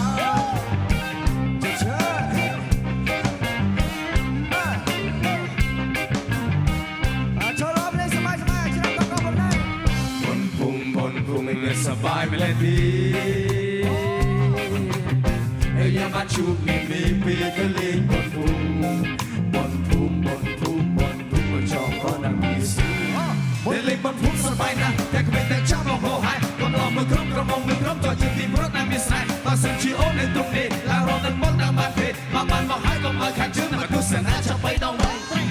ពិតជាលួយមែនតែនបងភូមិឆ្នាំនេះប្លែកពីឆ្នាំមុនបងប្អូនមកលេងរកសែនហើយលើបងមិនជួបពិសេសគួរឲ្យស្រឡាញ់ណាស់ខ្លាចចាំបងដល់អូនទៅលើល្ខោនយីគេយពេលរៀនត្រីជឿមើលកំឡោះសម្បូរសម្បូរស្នេហ៍សម្បូរស្នេហ៍សម្បូរស្នេហ៍បងមកសម្បូរស្នេហ៍ក៏មានន័យណាមាន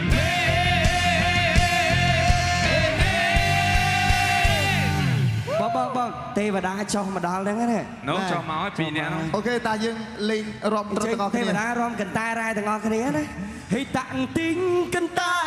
រ៉ែតាំងទីងកន្តែរ៉ែហេតាំងទីកន្តែរ៉ែ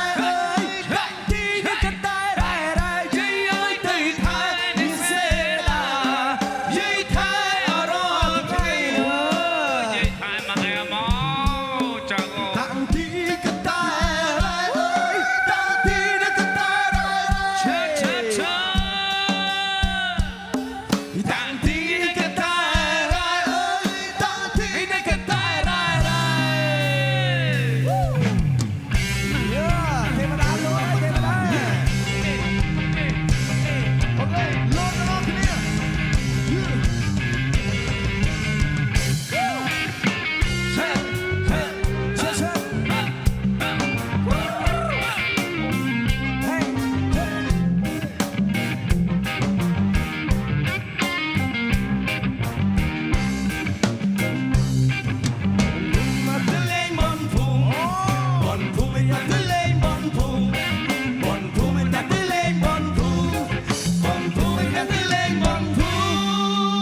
មិនបានសង្ក្រាន្តឆ្នាំនេះសบายទេបងប្អូនឈឺឈឺ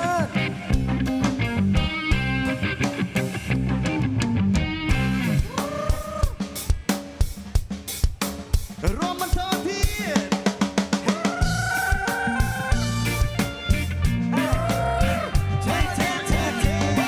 បងប្អូនណាមានបាត់ប្រពន្ធកូនជុំហ៎មកមើលលោកឆាសង្ខានយើងមកហេហេ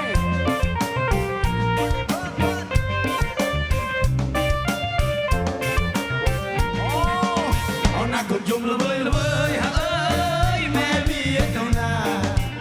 បងធ្វើរៀនទេវតាអើ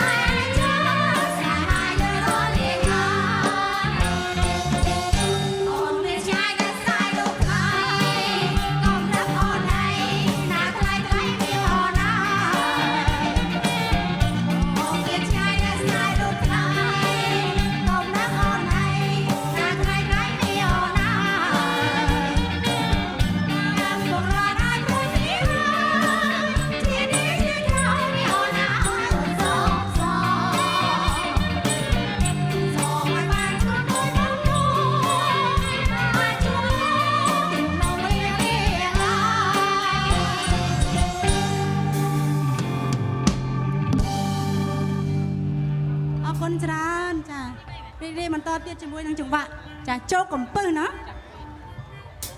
ជោគកំភ្លៀង ជោគកំពឹស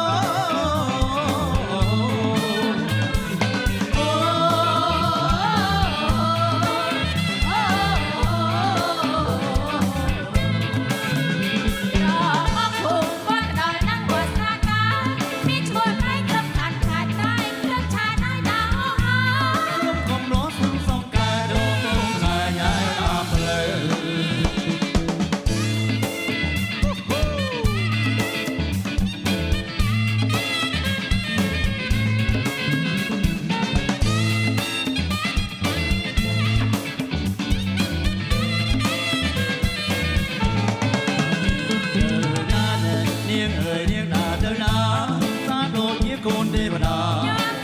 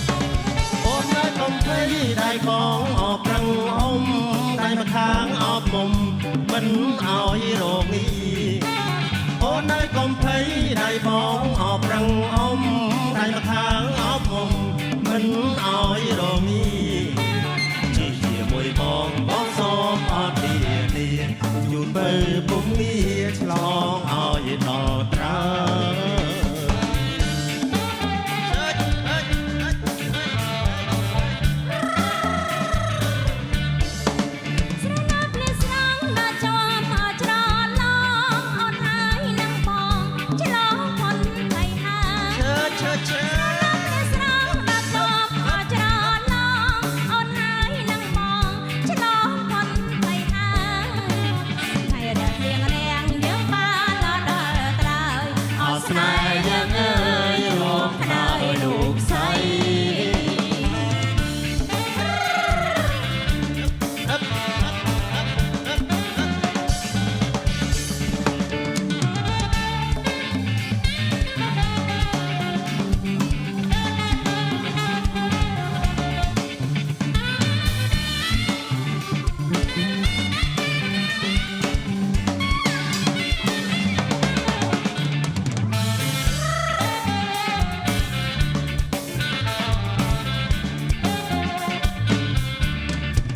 អូននៅកុំភ័យដៃបងអបរឹងអម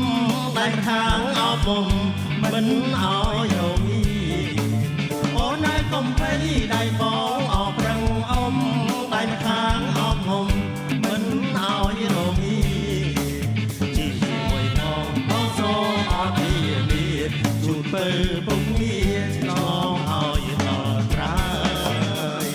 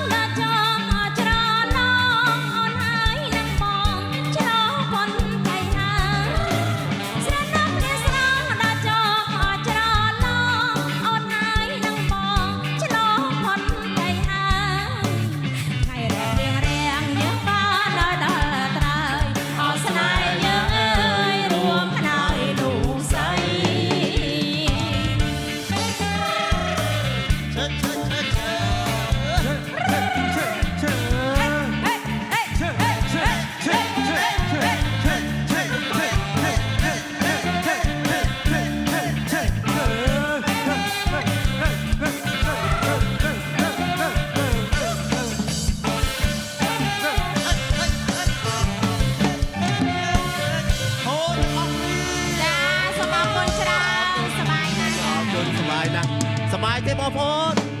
អូអរគុណបាទជួនជាចង្វាក់កន្ទ្រឹមម្ដងបាទ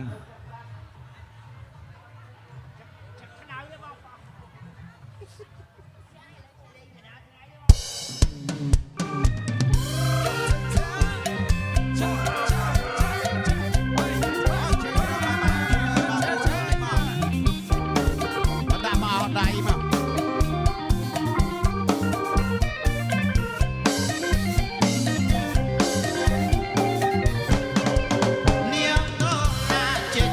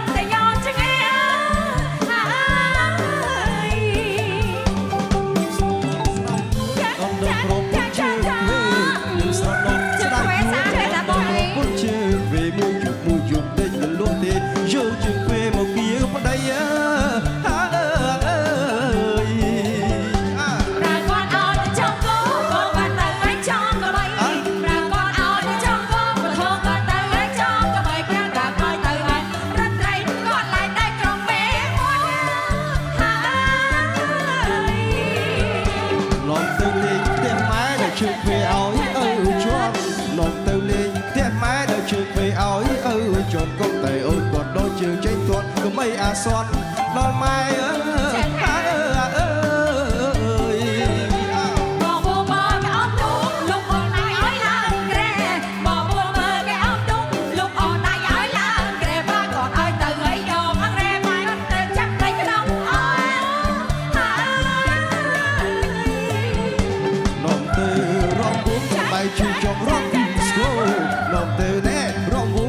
ជីចង់រំឌីស្ងួនចង់អបគឺរូបតែពុនភូមេឃមេឃហូរឡើងហុយដីអើយពុនមេដីក្នុងចិត្តស្មោះត្រង់ប្រពន្ធប្តីពុនមេដីស្ងាត់ចិត្តស្មោះត្រង់ប្រពន្ធមេឃឡើងហើយមួយឆ្នាំទៀតរូបឆេមិនបាច់គ្រឹះភ័យឆ្លងអេកលើ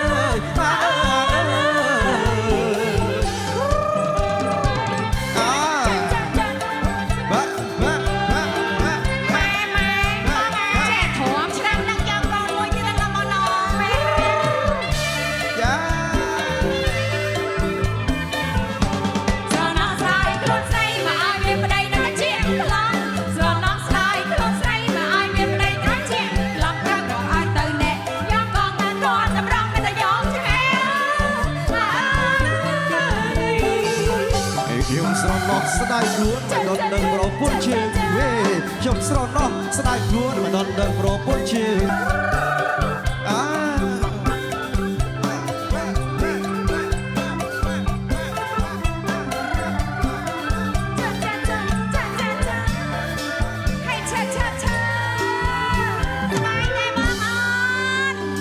សបាយអត់ចាចាចាហៅមួយមក ជំរាបសួរបងប្អូនអរគ្នាបាទជួបជាមួយខ្ញុំសាយថ្មីជាមួយនឹងកញ្ញាទី2បាទហើយនេះគឺជួបជាមួយលោកគ្រូដែលគាត់មានបច្ចេកទេសយល់ដឹងច្បាស់ពីការថ្មដែលធ្វើពីប្រាសាទបាទចាបច្ចេកទេសកាត់ថ្មចាជួសជុលថ្មនិយាយទៅពាក់ព័ន្ធនៅខាងប្រាសាទគឺលោកពូចាគ្រប់គ្រងចាឥឡូវនេះយើងឃើញថាមានបងក៏ដូចជាចាបងប្អូនជាច្រើនគាត់បានមកឈរដើម្បីត្រៀមខ្លួនអូសថ្មនេះគេហៅថាបច្ចេកទេសនៃការរំកិលថ្មចាអញ្ចឹងអាចសាកបានទេលោកពូបានអត់ទេបាទអញ្ចឹងលោកគ្រូជួយឲ្យគាត់បាទចាអូខេគ្នាយើងចាប់ផ្ដើមណាហ្នឹងហើយបាទនេះគឺជាការរំកិលថ្មអូអញ្ចឹងម្ដងយើងត្រូវដាក់បាទដូររណែលវាយើងប្រើរណែលឈើយើងបាទដើម្បីធ្វើការងារស្រួលនៃការទាញបាទហើយនេះជាឧទាហរណ៍មួយថ្មនេះបាទទម្ងន់ប្រហែលជា500គីឡូបាទគឺយើងទាញស្រួលណាអត់មានន័យតាំងប្រហែលទេតែប៉ាត់ទាញគ្នាតែ2នាក់អីក៏រួចដែរបាទគេធ្វើអញ្ចឹងដែរបាទចាអញ្ចឹងគាត់យើងចេះឆ្ងល់ណាមិនបានលើករួចថ្មធំណាទៅលោកគ្រូនេះរូបនៅលើផ្ទាំងនេះអត្តន័យមិនដែរបាទនេះជាផ្ទាំងចម្លាក់មួយដែលបានឆ្លាក់និយាយអំពីបច្ចេកទេសនៃការរំកិលថ្មនៃការចាំងថ្មដុសថ្មហ្នឹងយើងមានសល់តែមួយកន្លែងគត់នៅប្រាសាទបាយ័នហ្នឹងបាទប្រាសាទផ្សេងយើងដោយប្រាសាទផ្សេងគឺថាគេមិនសូវឆ្លាក់ពីសកម្មភាពគេហៅថាសកម្មភាពរបស់ប្រជាជនយើងគេហៅថារាល់ថ្ងៃទេអញ្ចឹងលើកលែងតែបាយ័នមួយឬមួយប្រាសាទនៅក្នុងសម័យជ័យវ្ម័នទី7ហ្នឹងគាត់ឆ្លាក់តាក់ទងនឹងអាជីវភាពរស់នៅរបស់ប្រជាជនយើងហើយនៅបាយ័នយើងឃើញមានបង្ហាញអំពីបច្ចេកទេសនៃការរំកិលថ្មដែលយើងធ្វើមិញនេះរូបនេះបាទហើយនឹងការរំលែងថ្មដែលទៅទៀតយើងនៅតែថតនេះបាទចា៎អញ្ចឹងយើងទៅទស្សនានៅការរំលែងថ្មទាំងអស់គ្នាបាទតាចេញបាទយើងមកខាងនេះបាទនេះយើងធ្វើដោយផ្អែកទៅលើភ័ស្តុតាងចម្លងហើយបាទអញ្ចឹងយើងមាន structure វាអំពីឈើនេះអញ្ចឹងទៅបាទចា៎ហើយតាមពិតនៅចម្លាក់មានមនុស្សម្នាក់នៅខាងលើទៀតបាទប៉ុន្តែយើងអត់បានសម្ដែងដល់ហ្នឹងឯងគាត់តែបង្ហាញអញ្ចឹងបាទអ្នកខាងលើហ្នឹងប្រហែលមានតួនាទីសម្រាប់កិលខ្សែនេះណាបាទខ្សែហ្នឹងបាទទៅមុខទៅក្រោយអីចឹងទៅបាទការរំលែងនេះយើងរំលែងឲ្យស្មើហ្មងលោកគ្រូណោះនេះបាទស្មើខាងនេះស្មើខាងនេះស្មើខាងក្រោមនេះបាទហើយគាត់ជម្រាបថាបច្ចេកទេសប្រហែលជាមានច្រើនប៉ុន្តែយើងមានផោះតាងតែមួយនឹងគាត់ដែលឆ្លាក់នៅប្រាសាទបាយ័នណាបាទខ្ញុំជឿថាមានបច្ចេកទេសអីផ្សេងច្រើនទៀតបាទហើយខ្ញុំឧទាហរណ៍ដូចជាផោះតាងដែលពួកខ្ញុំជួសជុលស្ពានហាលប្រាសាទអង្គរវត្តហ្នឹងយើងរកឃើញអាថ្មប៉ាន់បាត់ដៃនេះហើយតប៉ែតមូលចេះហើយយើងគិតថាហ្នឹងគឺសម្រាប់ទៅដោះចេះ កាន់មកចាក់ទឹកទៅដោះឲ្យអាផ្ទៃខាងលើហ្នឹងវារៀបស្មើបាទចាថ្មនេះមិនមែនថ្មធម្មតាថ្មភ្នំឬក៏ថ្មអី ថ្មនេះគេហៅថាថ្មដែលយកសាងប្រាសាទយើងនៅសម័យអង្គរវាមាន2ប្រភេទសំខាន់ណាទី1គឺថ្មបាយក្រៀមនោះអាម្ដុំពណ៌ក្រហមហើយនេះគេហៅថាថ្មភក់ភាសានៅស្រុកយើងណាបាទជាភាសាអង់គ្លេសហៅ sandstone ហ្នឹងបាទជាថ្មដែលយើងយកមកធ្វើប្រាសាទភាគច្រើនគឺនៅក្នុងសម័យអង្គរយ៉ាងនេះហើយប្រភពរបស់គាត់គឺមកពីខាងជើងភ្នំកាលែនបាទមានចំការដែលគេយកថ្មនឹងរាប់រយហិកតាដែលគេយកមកហ្នឹងបាទចាអញ្ចឹងថ្មនេះគឺយើងយកមកពីភ្នំកាលែនបាទមិនមែនលើភ្នំកាលែនមិនតែខាងជើងភ្នំកាលែនហ្នឹងបាទមានតំបន់មួយទៅគេហៅអូថ្មដាប់នៅខាងក្រោយប្រាសាទបេងមាលាហ្នឹង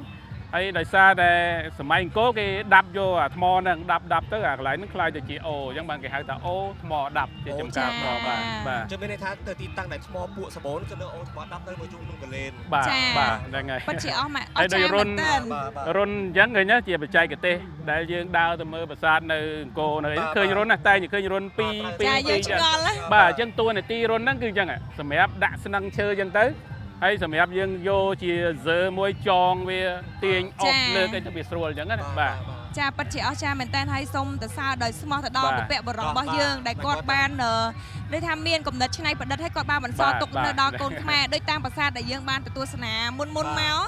ចាឃើញមានគាត់ឆ្លាក់រូបចាត្បាល់បុករ៉ែបុកអីដើម្បីងាយស្រួលឲ្យយើងកូនខ្មែរចំនួនក្រោយដឹងថាកាលមុនមកគេធ្វើមិនអីមិនចាដោយដែលលោកពូបានមានប្រសាសន៍ប្រាប់ចឹងគឺបានបន្សល់ទុកគឺមានរូបចម្លាក់ធ្វើបែបនេះមួយដែរចាបាទប្រាសាទបាយ័នប្រាសាទបាយ័នទាំងហ្នឹងមានទាំងអស់មានទាំងអាទាញមានទាំងអានេះយើងទៅលើមុនដូចរំលងអត់បានមើលកន្លែងហ្នឹងណោះអត់បានមើលរូបចម្លាក់ចូលពីខ្លោងទ្វារខាងលិចវិញណាចូលពីខាងលិចទៅថែវទី1ហ្នឹងអត់ទាន់ឲ្យចូលដល់មានថែវទី2ហើយនៅខាងស្ដាំដៃមាននៅខាងត្បូងទៅដល់ទៅបត់តិចទៅឃើញនៅក្នុងហ្នឹងបាទចាអរគុណលោកពូឥឡូវយើងទៅមើលខាងនោះមានថ្មបាយក្រៀមដែរតពីតោះយើងទៅបច្ចេកទេសនៃការចាំងថ្មបាទនេះគាត់ពួកបាទយើងគាត់ឆ្លាក់បង្ហាញឯងប្រៀបថាព្រោះយើងចង់បង្ហាញថាប្រាសាទគឺមនុស្សអ្នកធ្វើមានបងប្អូនយើងមួយចំនួនគាត់យល់ថាថ្មហ្នឹងគេជប់ឲ្យតែប៉ុតមិនមែនទេគឺខ្មែរយើងអ្នកធ្វើមិនចង់បង្ហាញថានេះគឺដកស្រង់ចេញពីប្រកាន់ដៃនេះនៅស្ពានហាលនេះណាបាទនេះបាទនៅផ្នែកខាងក្នុងហ្នឹងពួកយើងដើម្បីយកទៅជួសជុលហើយយើងយកមកបង្ហាញដើម្បីឲ្យបងប្អូនយើងបានយល់ណាអញ្ចឹងឃើញជាដំណាក់កាលដំបូងគេកាត់ថ្មកាត់ហើយគេកាប់ជារៀងវាឲ្យចេញជាតិចតួចហើយដំណាក់កាលទី2គេចាប់ផ្ដើមឆ្លាក់បាទឆ្លាក់ឲ្យរួចរាល់អញ្ចឹងបាទបាទរួចរាល់គឺប៉ុណ្នេះបាទរួចរាល់ណា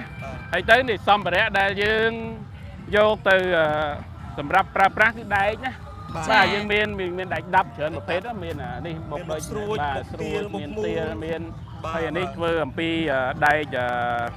អានេះរឹងណាដែកនេះណាសម្រាប់យើងចាំងយ៉ាងនេះក៏បាទលោកគ្រូជាទូទៅថ្មម្ដុំនេះចំនួនតែឆ្លាក់បានចាប់សັບគ្រប់តាចំណាយពេលរយៈពេលប្រហែលអូយូរដែរណាបើសិនជាធ្វើម្នាក់អាចចូលប្រហែលជាមួយខែបានហើយតាមមើលទៅណាក្បាច់បាទតែថ្មនេះគឺយើងយកមកពីប្រាសាទឬក៏ស្នាដៃកូនខ្មែរចំនួនក្រោយគាត់ធ្វើបន្ថែមថ្មីទេថ្មនេះដែលយកពីអូថ្មដាប់ជើងភ្នំកាលែនយកមកហើយយើងបានធ្វើវាចម្លងតាមក្បាច់ដែលនៅសល់ពីសម័យអង្គរអញ្ចឹងបាទសូមតែសាឲ្យបងពួកគាត់ណាចាបាទហើយកន្លែងនេះខ្ញុំចង់ឲ្យគ្នាយើងចូលមកបង្ហាញគាត់តិចអំពីវិធីសាស្ត្រសម័យទំនើបយើងដើម្បីយកមកជួសជុលប្រាសាទហ្នឹងណាយើងមានម៉ូទ័រមានអីប៉ុន្តែកន្លែងខ្លះយើងអត់អាចទេធ្វើដោយដៃកន្លែងចង្អៀតកន្លែងខាងលើខ្ពស់យើងមិនអាចទេអញ្ចឹងយើងធ្វើដោយដៃខ្ញុំឧទាហរណ៍មួយឥឡូវបងចាំងអានេះបង្ហាញគាត់បន្តិចមកបាទហើយយើងមានយើងប្រើតៅនៃបុរាណបាទប្រាញ់ជួយអានេះឥឡូវបាទអាហ្នឹងយើងហៅតៅសម្រាប់ទាញបន្ទាត់ឲ្យត្រង់យើងបាច់ប្រើម៉ែត្រនោះទេគ្រូបាទបាទចេះនេះទាត់បាច់បាទអូនេះអានេះមានពណ៌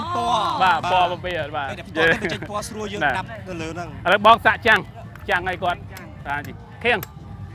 មកខាងនេះឧបមាតែយើងចង់បានវាស្មើអញ្ចឹងយើងគោះបន្ទាត់ទៅហើយយើងចាំងបាទតោះយើងដាប់ខាងលើនឹងចោលទៅបាទដាប់យកឥឡូវសូមឲ្យគាត់បែកដល់ក្រោមទេលោកគ្រូអត់អីទេអត់បែកទេដោយសារគាត់ជំនាញហើយព្រមគាត់ចេះហ្នឹងយើងហាត់រៀនណាមានតែបើយើងដាប់មិនប្រហែលជាបែកដល់ក្រោមបាទ ចឹងសម័យអង្គរយើងគិតមើលអត់មានម៉ាស៊ីនឆាបអត់មានម៉ូទ័រទេគឺគាត់ប្រើរបៀបអញ្ចឹងបាទប្រើរបៀបអញ្ចឹងយើងសម័យមើលថ្មអង្គរវត្តមួយរាប់តោនរាប់លានដុំអញ្ចឹងណាបាទតែយើងគិតមើលមិនមែនជារឿងធម្មតាទេបងប្រុសគាត់ដាប់ទៅលើឆឹកតិចមិនអាចដាប់ម្ដងទាំងអស់នោះបាយក្រៀមយើងចាំងអញ្ចឹងដែរបាទចាំងអញ្ចឹងដែរពេលខ្លះយើងដាប់ជួយក៏នៅវាក្រាស់អញ្ចឹងយើងដាប់ឲ្យវាឆាប់អស់តិចទៅបាទកន្លែងខ្លះប្រើដៃដាប់ស្រួចកន្លែងខ្លះយើងត្រូវប្រើដៃដាប់តប៉ែតដៃដាប់វិញបាទហ្នឹងគេឲ្យនេះក្រោយខ្នងរបស់នេះហ្នឹងចង់បង្ហាញដែរនេះជាតសមួយដែលយើងយកពីស្ពានហាលនេះណាដោយសារខ្ញុំកំពុងជួសជុលស្ពានហាលហ្នឹងជួសជុលបាទកំពុងជួសជុលប៉ុន្តែនេះជាតសមួយយើងនៅក្នុងទឹកអានេះណានៅក្នុងទឹកទេហើយបានត្រូប្រកាន់ដៃនេះដែលយើងឃើញហ្នឹងបើថ្ងៃប្រកាន់ដៃនេះវាធ្លាក់ចុះក្នុងទឹកអីអស់ណាយើងរៀបចំតែកន្លែងកណ្ដាលហើយមុខក្រោយតិចតួចបាទនេះចង់បង្ហាញពីបច្ចេកទេសនៃការកសាងតសហ្នឹងយើងមិនអាចយកតសមកដើមកម្ពស់3ម៉ែត្រកន្លះមកកើតទេដោយសារវែងកណ្ដាលយើងដាប់មកពីការដ្ឋានវាអាចបាក់វាអាចបែកអញ្ចឹងយើងយកវាផ្សំពីច្រើន3កណាត់មានន័យជើងតសដងខ្លួនតសហើយក្បាលតសបាទខ្ញុំអត់បានដឹកយកមកទេណាបាទហើយជាបច្ចេកទេសគឺយ៉ាងបាទបាទវាមានបលួញយ៉ាងហៅថាបលួញណាគេដាប់វាចេញអញ្ចឹងហើយគេដាក់បលួញវាចូលមកចឹងតែដាក់ចូលយើងមិនមានអីជំនួយទេលោកគ្រូមានបុរាណកាលយើងរើស្ពានហ្នឹងយើងឃើញនៅសល់សម្ភារៈជារង្វេលមកអញ្ចឹងណាហើយតាមការមើលអង្កេតរបស់គ្នាយើងកម្មករដែលគាត់មានបទពិសោធន៍គាត់គិតថាអាហ្នឹងផ្ដៅវាយឲ្យវាទៅប៉ែតទួទៅបត់ជារង្វេលហើយដាក់នេះប្រហែលជាតួនាទីធ្វើឲ្យវានឹងណាបាទវាហាប់ល្អបាទហើយអត់ពុកទេនៅរហូតដល់សប្តាហ៍ថ្ងៃហ្នឹងបាទប៉ុន្មានឆ្នាំអីបាទតទៀតអានេះតាំងពីសម័យអង្គរវត្តមកបាទតើលើជើងលោកគ្រូយើងតែខាងក្នុងបាទនេះមួយទៀតសូមលើកនេះគាត់ថាយើងត្រូវអភិរក្សគឺថាយើងត្រូវថែរក្សាអសម្ភារៈឬមួយក៏ថ្មណាដែលចាស់ចាំងឲ្យបានកាន់តែច្រើនកាន់តែល្អអញ្ចឹងយើងជាយាមតវាមកប្រើឡើងវិញថ្មនេះថ្មបុរាណណាយើងអាចបោះចោលដោយសារវាបាក់ពីប៉ុន្តែបច្ចេកទេសគឺយើងដាក់ស្នូលឡើងទៅចិត្តប្រុញហានេះយើងឆ្នៃដាក់បាទដាក់ដែកហើយដែកហ្នឹងជាប្រភេទដែកដែលអត់ច្រេះណាជា stainless steel បាទអត់ច្រេះបាទរសារនេះជាថ្មបុរាណអញ្ចឹងយើងត្រូវថែរក្សាទុកបានល្អព្រោះយើងអត់តអញ្ចឹងបោះចោលយើងស្ដាយវាណាហើយវាខុសគោលការណ៍នៃការថែទាំហ្នឹងបាទគ្រូបាទតែជាបច្ចេកទេសបាទបច្ចេកទេសរបស់លោកគ្រូចាបាទនៅមុខគឺថ្មបាយក្រៀមនេះគ្រូហែទៅមកដុំធ្វើហែបាទហ្នឹងយើងធ្វើសម្រាប់នៅចាំងដៃណាដែលខ្ញុំថាណាយើងចាំងបាទនេះគឺថាសម្រាប់ជួសជុលច្រាំងកសិននេះតែថ្ងៃអនាគតទៅយើងជួសជុលទាំងអស់ឡើងវិញអញ្ចឹងណាបាទបាទដាស់ឥឡូវបាទឲ្យអត់គាត់ជិះទៅតិចមើលឲ្យគាត់ធ្វើមកអ្វីដែលយើងដើរមិញយើងតាក់ទងនឹងថ្មភក់ថ្មភក់ប្រាសាទយើងមានមកក្រុមមួយទៀតធ្វើអំពីឥដ្ឋគេប្រាសាទឥដ្ឋណាបាទឥឡូវយើងដល់ប្រាសាទឥដ្ឋនេះយើងគ្រាន់តែលើកជាយើងចម្លងពីប្រាសាទបុរាណមួយមកដើម្បីដាក់បង្ហាញយើងណាអញ្ចឹងយើងឃើញប្រាសាទនេះជាបច្ចេកទេសហ្នឹងយើងចម្លងឲ្យដូចបុរាណយើងមានឥដ្ឋតូចឥដ្ឋធំឥដ្ឋក្រាស់ឥដ្ឋអីអញ្ចឹងណាអញ្ចឹងលោកគ្រូនៅក្នុងនេះមិនមានដាក់អីទេបានជាប់ល្អមានការគិតថាប្រហែលជាដាក់ច្រើនមានប្រើកបោបាយអដែរណាអាចដាក់ដើម្បីឲ្យវាជាប់ព្រោះហេតុអីបានគេគិតអញ្ចឹងពីព្រោះផ្ទៃឥដ្ឋមួយវាទូចអញ្ចឹងបើមិនដាក់ទេវា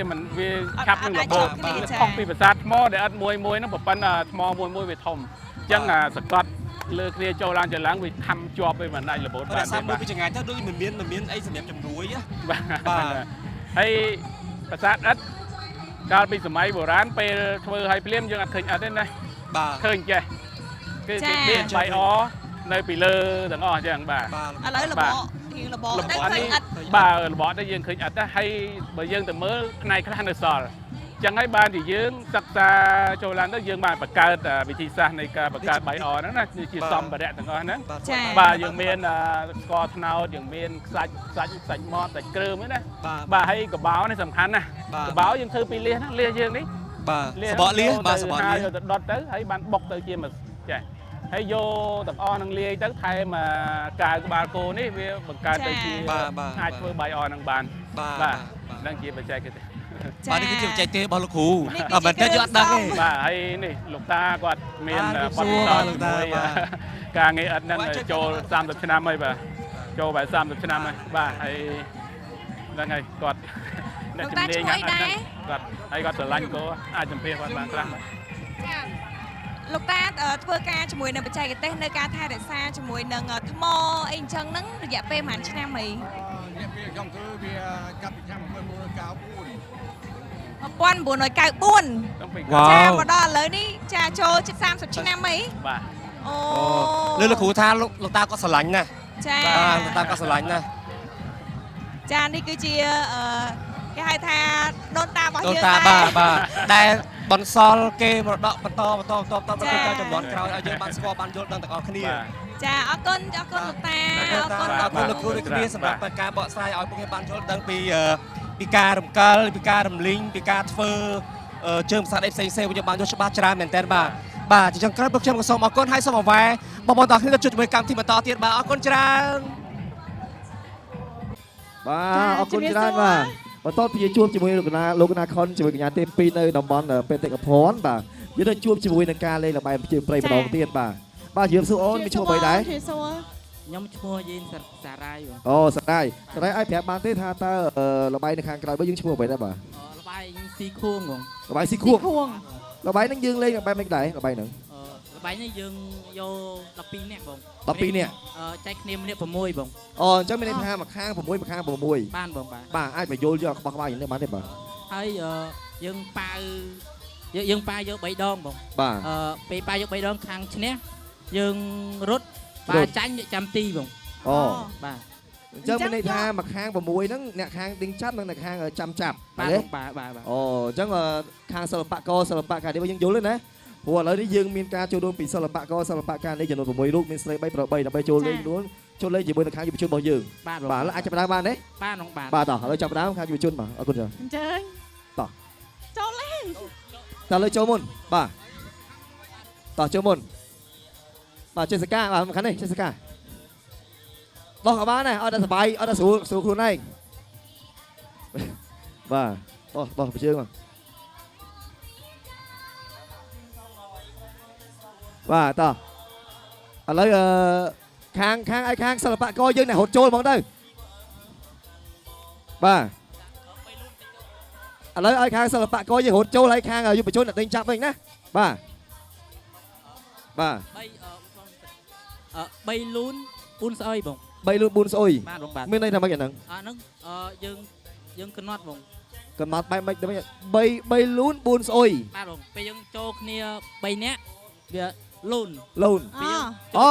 ចឹងមានន័យថាចូលបើជើងចូលបាន3នាក់គឺយើងលូនអរេអ្នកចាំទីលូនបងអូចាំទីលូនហ៎អូបាទចូលបានតែ2ណាបាទអញ្ចឹងខាងសិល្បករយល់អត់យល់ទេណាអូខេតែឥឡូវចាប់ដើមបានបាទហាមចាប់បានតោះឥឡូវចាប់ដើមអូខេរួចរាល់ហើយ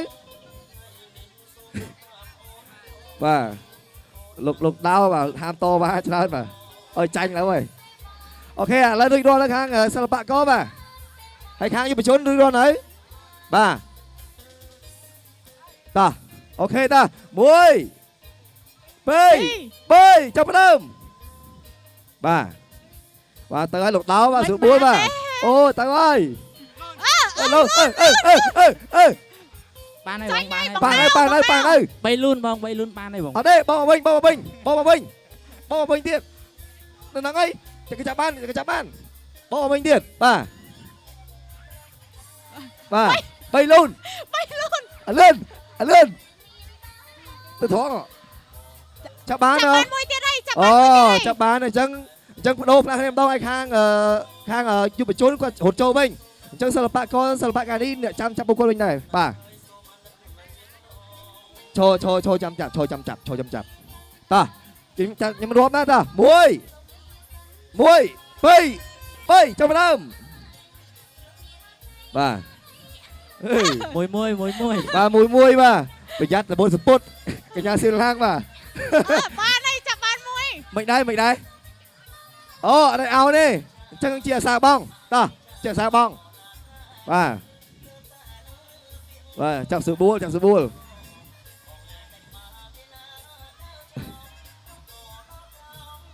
បាទលោកណារងស្រួលបាទប្រយ័ត្នគេដល់ទីបាត់បាទលោកដោបិទគូតបាទគេអត់ចូលទេចូលទៅណាបាទលោករតនៈប្រយ័ត្នប្រយែងបាទ បងកកដាមិញហ្នឹងគាត់ភ្លេចប្រាប់ថាបើសិនជាក្រុមណាមួយដែលគាត់លេងចាញ់បានគ្រប់3ដងអញ្ចឹងក្រុមឈ្នះគាត់អាចមានសិទ្ធិបញ្ជាអូអញ្ចឹងមានន័យថាក៏បានដែរបាទខាងសិល្បៈយើងចាញ់មួយណាបាទនៅសល់2ដងទៀតបាទនៅសល់2ដងទៀត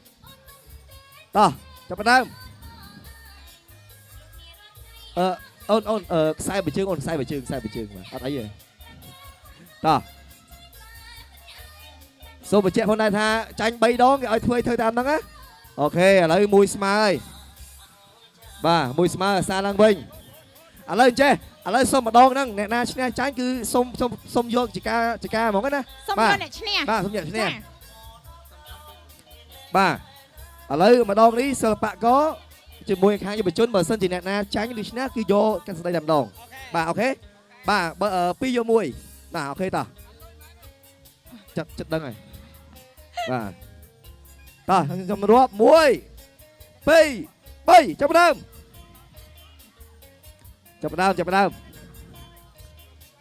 តោះឈ្នះចាញ់ណាមួយនឹងឈ្នះចាញ់បាទចាំមើលខាងយុវជនបាទយុវជនឬក៏ខាងសិល្បករនេះរបស់យើងបាទលោកដោប្រឹងណាលោកដោបាទដើម្បីកុំចូល3បាទលោកណារងស្រួលបួលបាទកញ្ញាស៊ីឡាងស្រួលបួលតិចស៊ីឡាងបាទលោកណារងមកវិញលឿនមកវិញមក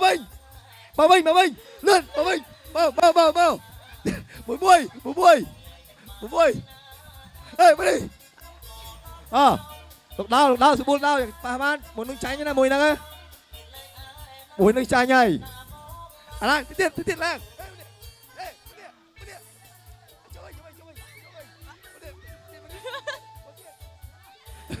បាទចូលមកបាទលោកណារងយ៉ាប់យ៉ាយបាទកុំចូល3បងណារងមកនេះចូលមកប៉ានៅអូអញ្ចឹងសម្ដេចថាខាងសិល្បករយើងអ្នកចាញ់ខាងយុវជនបាទអញ្ចឹងខាងយុវជនអាចប្រើពួកគាត់បែបណាក៏បានដែរបាទសូមអញ្ជើញបងខ្ញុំស្នំពរជូនឲ្យរំហ្មងអីរំហ្មងឥឡូវរំបែបវិញឥឡូវអញ្ចឹងស្នំពរឲ្យសិល្បករអានេះរំបែបស្វាពីហ្នឹងទៅដល់នោះបងវិញរំវិញកាត់អបកទៅវិញទៅមកអូអបកទៅវិញទៅមកណាអញ្ចឹងរើគ្នាដល់បាទអាឡាងមកនេះអោបកបាទអាឡាងអោបកបងអូនមកនេះមកអាឡាងអោបកយើងចាញ់គេអ៊ីវទៅនោះមកអូនមកអេមកអាឡាងអ៊ីវមកយើងចាញ់គេបើគេចង់បានទៅមិនមែនតើឥឡូវយើងយកអ្នកមកគូដល់អ៊ីវបកទៅវិញមកតើរើគ្នាបាទរើគ្នាតោះឈរឡើងខ្សែគេនេះឡើងខ្សែនេះអ៊ីវបាទតើអ៊ីវតើធនអាអេនេះស្គៀបរួមទៅនេះរួមសិនបាទហត់ប៉ុណ្ណឹងគ្នាអត់ទេដល់ចុងតើហត់ប៉ុណ្ណឹងគ្នាដល់យើងហត់តើខ្វះមួយអត់ទេយើងចាញ់គេយើងត្រូវតែអ៊ីវគេតើអត់ទេបេឡាអ៊ីវគេបាទបេឡាអ៊ីវគេលឿន8ហ្នឹងមកអេតនអាទៅតនទៅទេតើបេឡាអ៊ីវយើងចាញ់គេតើខ្ញុំរាប់ណាតើអូយមកបេឡាតើ1 2អេនៅស្គីតទៅអេតនរាប់បងប្រយ័ត្នមែនណាអត់តន់រាប់ទេតើខ្ញុំរាប់តើ1ប៉ុណ្ណឹងគ្នាលឿនឈ្នះ2ដល់ហើយ3ចាប់ដើមលឿនបងដាវអើយបងដាវមកវិញ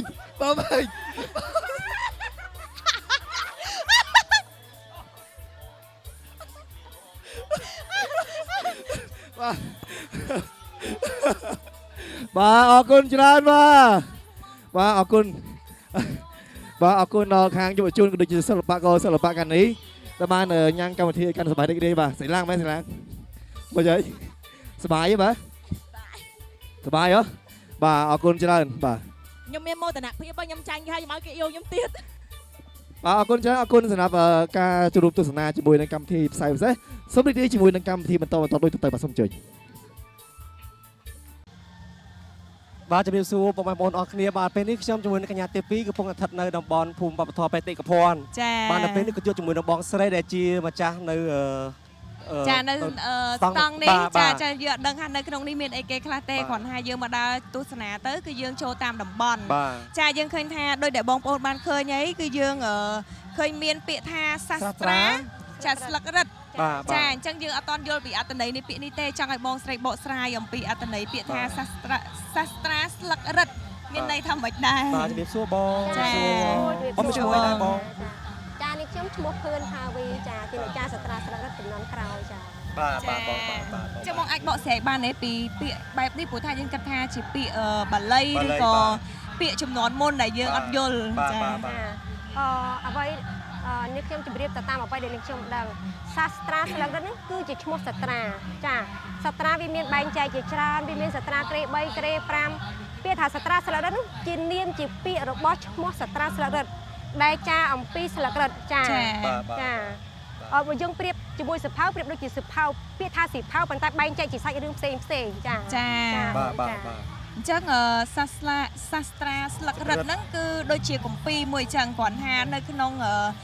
មួយដុំរបស់គាត់ហ្នឹងគឺមានអត្ថន័យរឿងរៀងៗខ្លួនចងក្រងរឿងខុសៗគ្នាបាទចងក្រងរឿងផ្សេងគ្នាចាបាទចាអញ្ចឹងតើយើងទៅទស្សនានៅខាងក្នុងសិនតែនៅខាងក្រោយនេះទស្សនភាពកំពុងតែធ្វើផ្ទាល់តែម្ដងបាទអញ្ចឹងទៅទស្សនាជាមួយបងប្អូនគ្នាផងដែរបាទបងសុំជេបងខ្ញុំចង់ថាខ្ញុំឃើញបងគាត់ទៅសេយូរហើយអញ្ចឹងខ្ញុំអត់ដឹងថាឈើដែលជាឈើនេះគឺជាឈើប្រភេទអីដែរបងចានេះគេហៅតាដៃចានេះគេហៅតាដៃចាចាមកក្នុងបាទហៅតាឈើអីបងហៅដៃចាអានេះឈើនេះគេហៅតាក្លឹមត្រាំងចាយើងយកទៅធ្វើដៃចាអញ្ចឹងនៅក្នុងនេះគឺយើងដាក់អីគេចូលបងក្នុងនេះដាក់ម្ជុលចាម្ជុលយើងវាយម្ជុលជាមួយឈើទៅយើងយកទៅសលៀងបិទធ្វើដៃចាបាទដើម្បីជាការងារស្រួលយើងសរសេរពីលើនេះចាសាត្រាស្លឹករឹតគេយកដៃចាដើម្បីចាទៅលើស្លឹករឹតសម្រាប់សភៅគេយកប៊ិចចា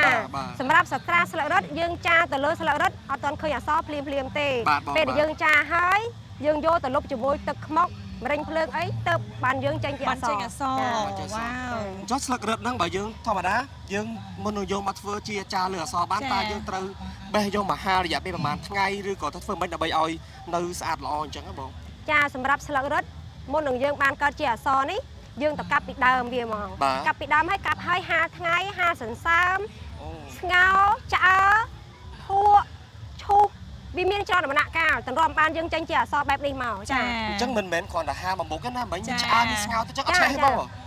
ឆ្អើនឹងយើងមើលយើងឈោមើលតើបែបណាមកល្មមយើងយកបានណាឆ្អើចាសេតនភាពធ្វើមិនឲ្យសមនឹងកម្ដៅចាបើតាមការគិតបងគិតថាគ្រាន់តែកាប់មកយកមកហាលឲ្យស្រួលហើយទៅសេទៅបានតែពេលស្រាប់កាប់បោះស្រាយវងគឺមិនមែនចឹងទេបាទចាអត់ងាយស្រួលទេត្រឹមតែចេញបានជាលទ្ធផលមួយចាបើសិនជាយើងឃើញណាដូចគម្ពីរជំនាន់មុនណាបងចាដូចឯកសារអីជំនាន់មុនហើយដូចយើងបានទៅវត្តទៅអីដែរយើងធ្លាប់ចាក់គម្ពីរដែរចាក់គម្ពីរប៉ុន្តែនៅតាមវត្តដូចជាមិនមានស្ទះឈើអមនៅពីខាងក្រៅអញ្ចឹងទេមានតែស្លឹករឹតធម្មតាអញ្ចឹងបងអានេះគឺជាស្លឹករឹតដែលគេចងក្រងសាច់រឿងមែនទេបងយើងធ្វើម្ដងអញ្ចឹងចាក្នុងនេះគឺស្លឹករឹតដែលគេចងក្រងមួយរឿងមានសបិនកុមារមានបណ្ដាំក្រមយមានសត្រាលបែងផ្សេងតាមពិតពីដើមមានឈើអមដែរក៏ប៉ុន្តែដោយសារតាភាពអរដរាយឬក៏ពីសម័យសង្គ្រាមទៅយើងបាត់ឥឡូវនេះពួកខ្ញុំបង្កើតថ្មីមកវិញចាដើម្បីឲ្យយើងធ្វើឈើអមដើម្បីគៀបសត្រានឹងឲ្យវានៅតែត្រង់សាច់ល្អចាអញ្ចឹងឈើទាំងអស់ហ្នឹងគឺយើងយកមកពីដើមត្រាំងសម្រាប់ឈើក្របហ្នឹងឈើអីក៏បានដែរតែសម្រាប់ដែកចាมันអាចមិនរើសដែកចាដើមត្រាំងដើម្បីឈើអីក៏យើងអាចធ្វើបានដែរឲ្យតែយើងដំបញ្ចូលទៅវាចូលចាប៉ុន្តែរយៈពេលដែលយើងដំបញ្ចូលហ្នឹងឈើហ្នឹងយើងអាច យកមកភ្លាមដំភ្លាមឬក៏យើងត្រូវរក្សាឬក៏ហាលដែរមិនអាចដាក់មកចូលបានសម្រាប់ដៃចានេះយើងយកមកយើងឈូសរំលីងឲ្យវាមូលហើយយើងយកទៅត្រាំទឹកសិនត្រាំទឹកឲ្យវារីកសាច់ឈើសិនដើម្បីយើងងាយស្រួលក្នុងការយើងដំចូលបញ្ចូលចាកុំឲ្យវាបែកឈើបាទមើលថាឃើញអសរនៅលើស្លឹកស្រានេះគឺស្អាតមែនទែនហ្មងនេះស្នាដៃបងស្រីមែនទេបងចាបងចាជាអស្ចារ្យមែនទែនបើយើងអសេវិញអាចទៅសេចេញបានប៉ុន្តែអសរវិញអត់ហ៊ានធានាថាស្អាតទេឥឡូវចង់ស្អាតមុនហ្នឹងមកសួរបងស្រីមុនហ្នឹងគាត់ថាអាចទៅសាកសេបានចាំឲ្យបងប្អូនមកសាកចាព្រោះថាបងប្អូនកំពុងទស្សនាអាចមកសាកបានគឺយើងនៅតំបន់អង្គរតូចដែលនៅតំបន់ភូមិបេតិកភណ្ឌវប្បធម៌ចាអាចមកចូលទស្សនាបានអាចសាកល្បងទៅសេបានហើយនេះគឺជាគេហៅថាវប្បធម៌ពីបរមបុរាណមកដែលយើងជាកូនខ្មែរត្រូវតែរក្សាទុកដោយតែបងស្រីមកចូលរួមចំណែកនៅក្នុងការថែរក្សាជាមួយនឹងបែបទាំងអស់ហ្នឹងរយៈពេលប្រហែលឆ្នាំអីបងបានចូលរួមរយៈពេល3ដងទាំងលើកនេះឯង3ដងចា3ដងតែបងបានយល់ច្រើនមែនតើណាបានយល់ច្រើនពីដើមទ្រាំងចាស្លឹករឹតសត្រាស្លឹករឹតអីចឹងឬក៏អីបងអាចបញ្យល់បានបន្ថែមថាបងមានអីដែលជាពិសេសដែលបងស្វែងយល់ពីសត្រាស្លឹករឹតហ្នឹងឯងបាទចំណុចពិសេសរបស់គាត់ណាតាមពិតទៅការងារទាំងអស់នេះបងចូលរួមនៅក្នុងអង្គរសង្ក្រាន្ត3ដងមែនក៏ប៉ុន្តែការងារទាំងអស់នេះគឺបងស្នងពីឪពុកបងគាត់ចេះពីការគាត់នៅបួសរៀនចាចានេះវារយៈពេល20ឆ្នាំហើយបាទមក20ឆ្នាំហើយបាទបើថាមកចូលរួម3ដងចង់សប្រៃទៀតណាមិញព្រោះស្នាដៃគាត់ល្អបាទស្នាដៃល្អហើយគាត់យល់បានច្រើនចាតែគាត់ស្នងពីឪពុករបស់គាត់20ឆ្នាំហើយជិះមិន2ឆ្នាំទេណាចុះលោកពុករបស់បងគាត់ថែរក្សាមកបានប្រហែលឆ្នាំដែរសម្រាប់លោកពុកគាត់ចេះចាហ្នឹងយូរហើយតាំងពីគាត់នៅបួសជាសង្ឃចាបើចឹងឥឡូវយើងអាចទៅទស្សនាជាមួយបងប្រុសគាត់កំពុងតាសកម្មភាពបងគាត់ចាសកម្មភាពចានិងសកម្មភាពសរសេរវាខុសគ្នាបងអង្គុយចាគឺអង្គុយបញ្ឈរជង្គង់ដាក់ដៃចាលើមេដៃបែបនេះចាមិនមែនគេចាមិនសរសេរដូចបីទេវាខុសគ្នាមានលក្ខណៈខុសគ្នាចាអាចអញ្ជើញទៅអូចឹងមិនអាចដាក់នៅលើតុសរសេរអីបានទេបងចាអាចទេយើងបញ្ឈរជង្គង់ហើយយើងដាក់មេដៃហ្នឹងដើម្បីយកដៃចានេះទៅខ្វៀលអសរតែម្ដងចាយើងអាចទៅសេដូចសភៅបានទេចាអញ្ចឹងត្រូវមានការតាំងចិត្តខ្ពស់មែនតើតាំងចិត្តខ្ពស់ហើយការចាហ្នឹងមិនមែនថាយើងអាចទៅចាទីប្រជុំជនអីបានទេត្រូវការអារម្មណ៍មូលស្មារតីអីអារម្មណ៍អីមូលស្ងប់ស្ងាត់បើមិនអញ្ចឹងទេយើងចាខុសពេលដែលយើងចាខុសយើងអាចលុបបានទេយើងចាខុសហើយយើងដូរស្លឹកចាសាថ្មីគាត់ចូលទៅខាតស្លឹកចាខាតស្លឹកខាតពេលវេលាហើយខូចអារម្មណ៍ទៀតពេលដែលយើងចាខូចអារម្មណ៍យើងអត់ល្អទេចាចុះស្លឹកមួយពេលដែលគាត់ចាហ្នឹងរយៈពេលយូរឯងបងសម្រាប់អសរមួយទៅសម្រាប់អសរមួយវាជាក់ស្ដែងលើសុខភាពនិងអារម្មណ៍របស់គាត់ដែរបើអារម្មណ៍គាត់ល្អសុខភាពគាត់ល្អគាត់អាចចាបានក្នុងមួយថ្ងៃ4ស្លឹកទៅ5ស្លឹកបើថាគាត់អារម្មណ៍មិនល្អសុខភាពគាត់មិនល្អទេគាត់ចាមួយថ្ងៃបានតែ1ស្លឹកទេចាអរគុណបងបាទអញ្ចឹងយើងមកកន្លែងមើលបងអូនស្រីម្ដងបងប្រុសក៏ខាងចាអញ្ចឹងបងអូនស្រីគាត់ខាងអីដែរបងប្អូនស្រីកូនគាត់ខាងតាសេយន់គូយន់បាទអូគូយន់គូយន់អញ្ចឹងគាត់អត់បានចាជាអសរបែបធម្មតាទេគាត់គូជាបែបលក្ខណៈយន់មុនគេថាអីចឹងណាចាបែបចាបែបនេះបាទចាបកែមែនតើនៅក្មេងហើយមានស្នាដៃល្អទៀតចានេះពិតជាកូនខ្មែរមែនចាជួយថែគេដំណើររបស់ដូនតារបស់យើងជាពិសេសបងស្រីគាត់ឆ្លង20ឆ្នាំហើយណាមិនចា20ឆ្នាំបាទអរគុណអូនអញ្ចឹងមើលអូនខាងនេះម្ដងគឺខាងពណ៌មែនទេបងខាងនេះពេលដែលយើងចារួចយើងអត់ទាន់ឃើញអសរភ្លាមទេពេលដែលយើងចារួចយើងយកអសរដែលយើងចារួចនេះមកលុបដើម្បីឲ្យឃើញអសរលុបឲ្យគាត់ជូនគាត់មើលយើងយកអូនចាំមានន័យថាឥឡូវនោះអត់ទាន់មានអសរទេមានហើយអូនមានហើយមានហើយប៉ុន្តែអត់ទាន់ចេញទេអូនតែជូតទឹកខ្មៅនេះអូនអាចមើលបានអូនឃើញអសរទេចាដល់ពេលយើងលុបទៅគឺកាន់តែច្បាស់អានេះកន្លែងលុបទាំងអស់នេះអានេះគេហៅមរេញភ្លើងយកលាយជាមួយអីបងលាយជាមួយជឿទឹកចានេះជឿទឹកចាមរេញភ្លើងលាយជាមួយជឿទឹកទៅវាចេញជាអសរតិចទៀតវានឹងចេញជាអសរវែងមកសូត្រតិចមកចាតែបើទៅមានថាបញ្ចូលច្រើនណាយើងដល់សម្បីតែមរេញភ្លើងអាចលាយជាមួយនឹងជ័រទឹកនេះគឺលាយមកចេញដំបងស្មានតែលាយជាមួយនឹងទឹកខ្មៅអីផ្សេងទេចាមើលចេញមកបាត់ហើយបាទ តាមពិតយើងអត់ដឹងទេដំបូងយើងស្មានតែគាត់ឆ្លាក់ហ្នឹងគឺឆ្លាក់ពណ៌ជាបិចពណ៌ខ្មៅហើយបានចេញជាអស ចឹងបាទបងនិយាយមកនឹងឃើញឈើហ្នឹងមានបដូរចុះតែបងដាក់អីគេនៅក្នុងហ្នឹងបើថាអត់ទេមិនជាបដូរដែលខ្មៅទេគឺជាបងដាក់មជុល គាត់ជាមជុលដើម្បីឲ្យចេញជារូបរាង បាទចេញជាសបានតែដាក់ជាមួយនឹងពណ៌ ស្លឹកអូនទន្រំបានចេញជាស្លឹកចាត្រង់បែបនេះយើងត្រូវដាក់គ្នាបរយៈពេល2ទៅ3ខែសិនបានឲ្យវាត្រង់សាច់ យើងដាក់ចោលបានឲ្យត្រង់បាទ ឲ្យត្រង់នោះរួចឲ្យយើងយកទៅឆ្អើអូនយើងយកទៅឆ្អើភ្លើងទន្រំបានយើងធ្វើក្នុងរដូវកាលអីបងអាចកាប់ស្លឹកបានមួយឆ្នាំកាប់បានតែម្ដងទេ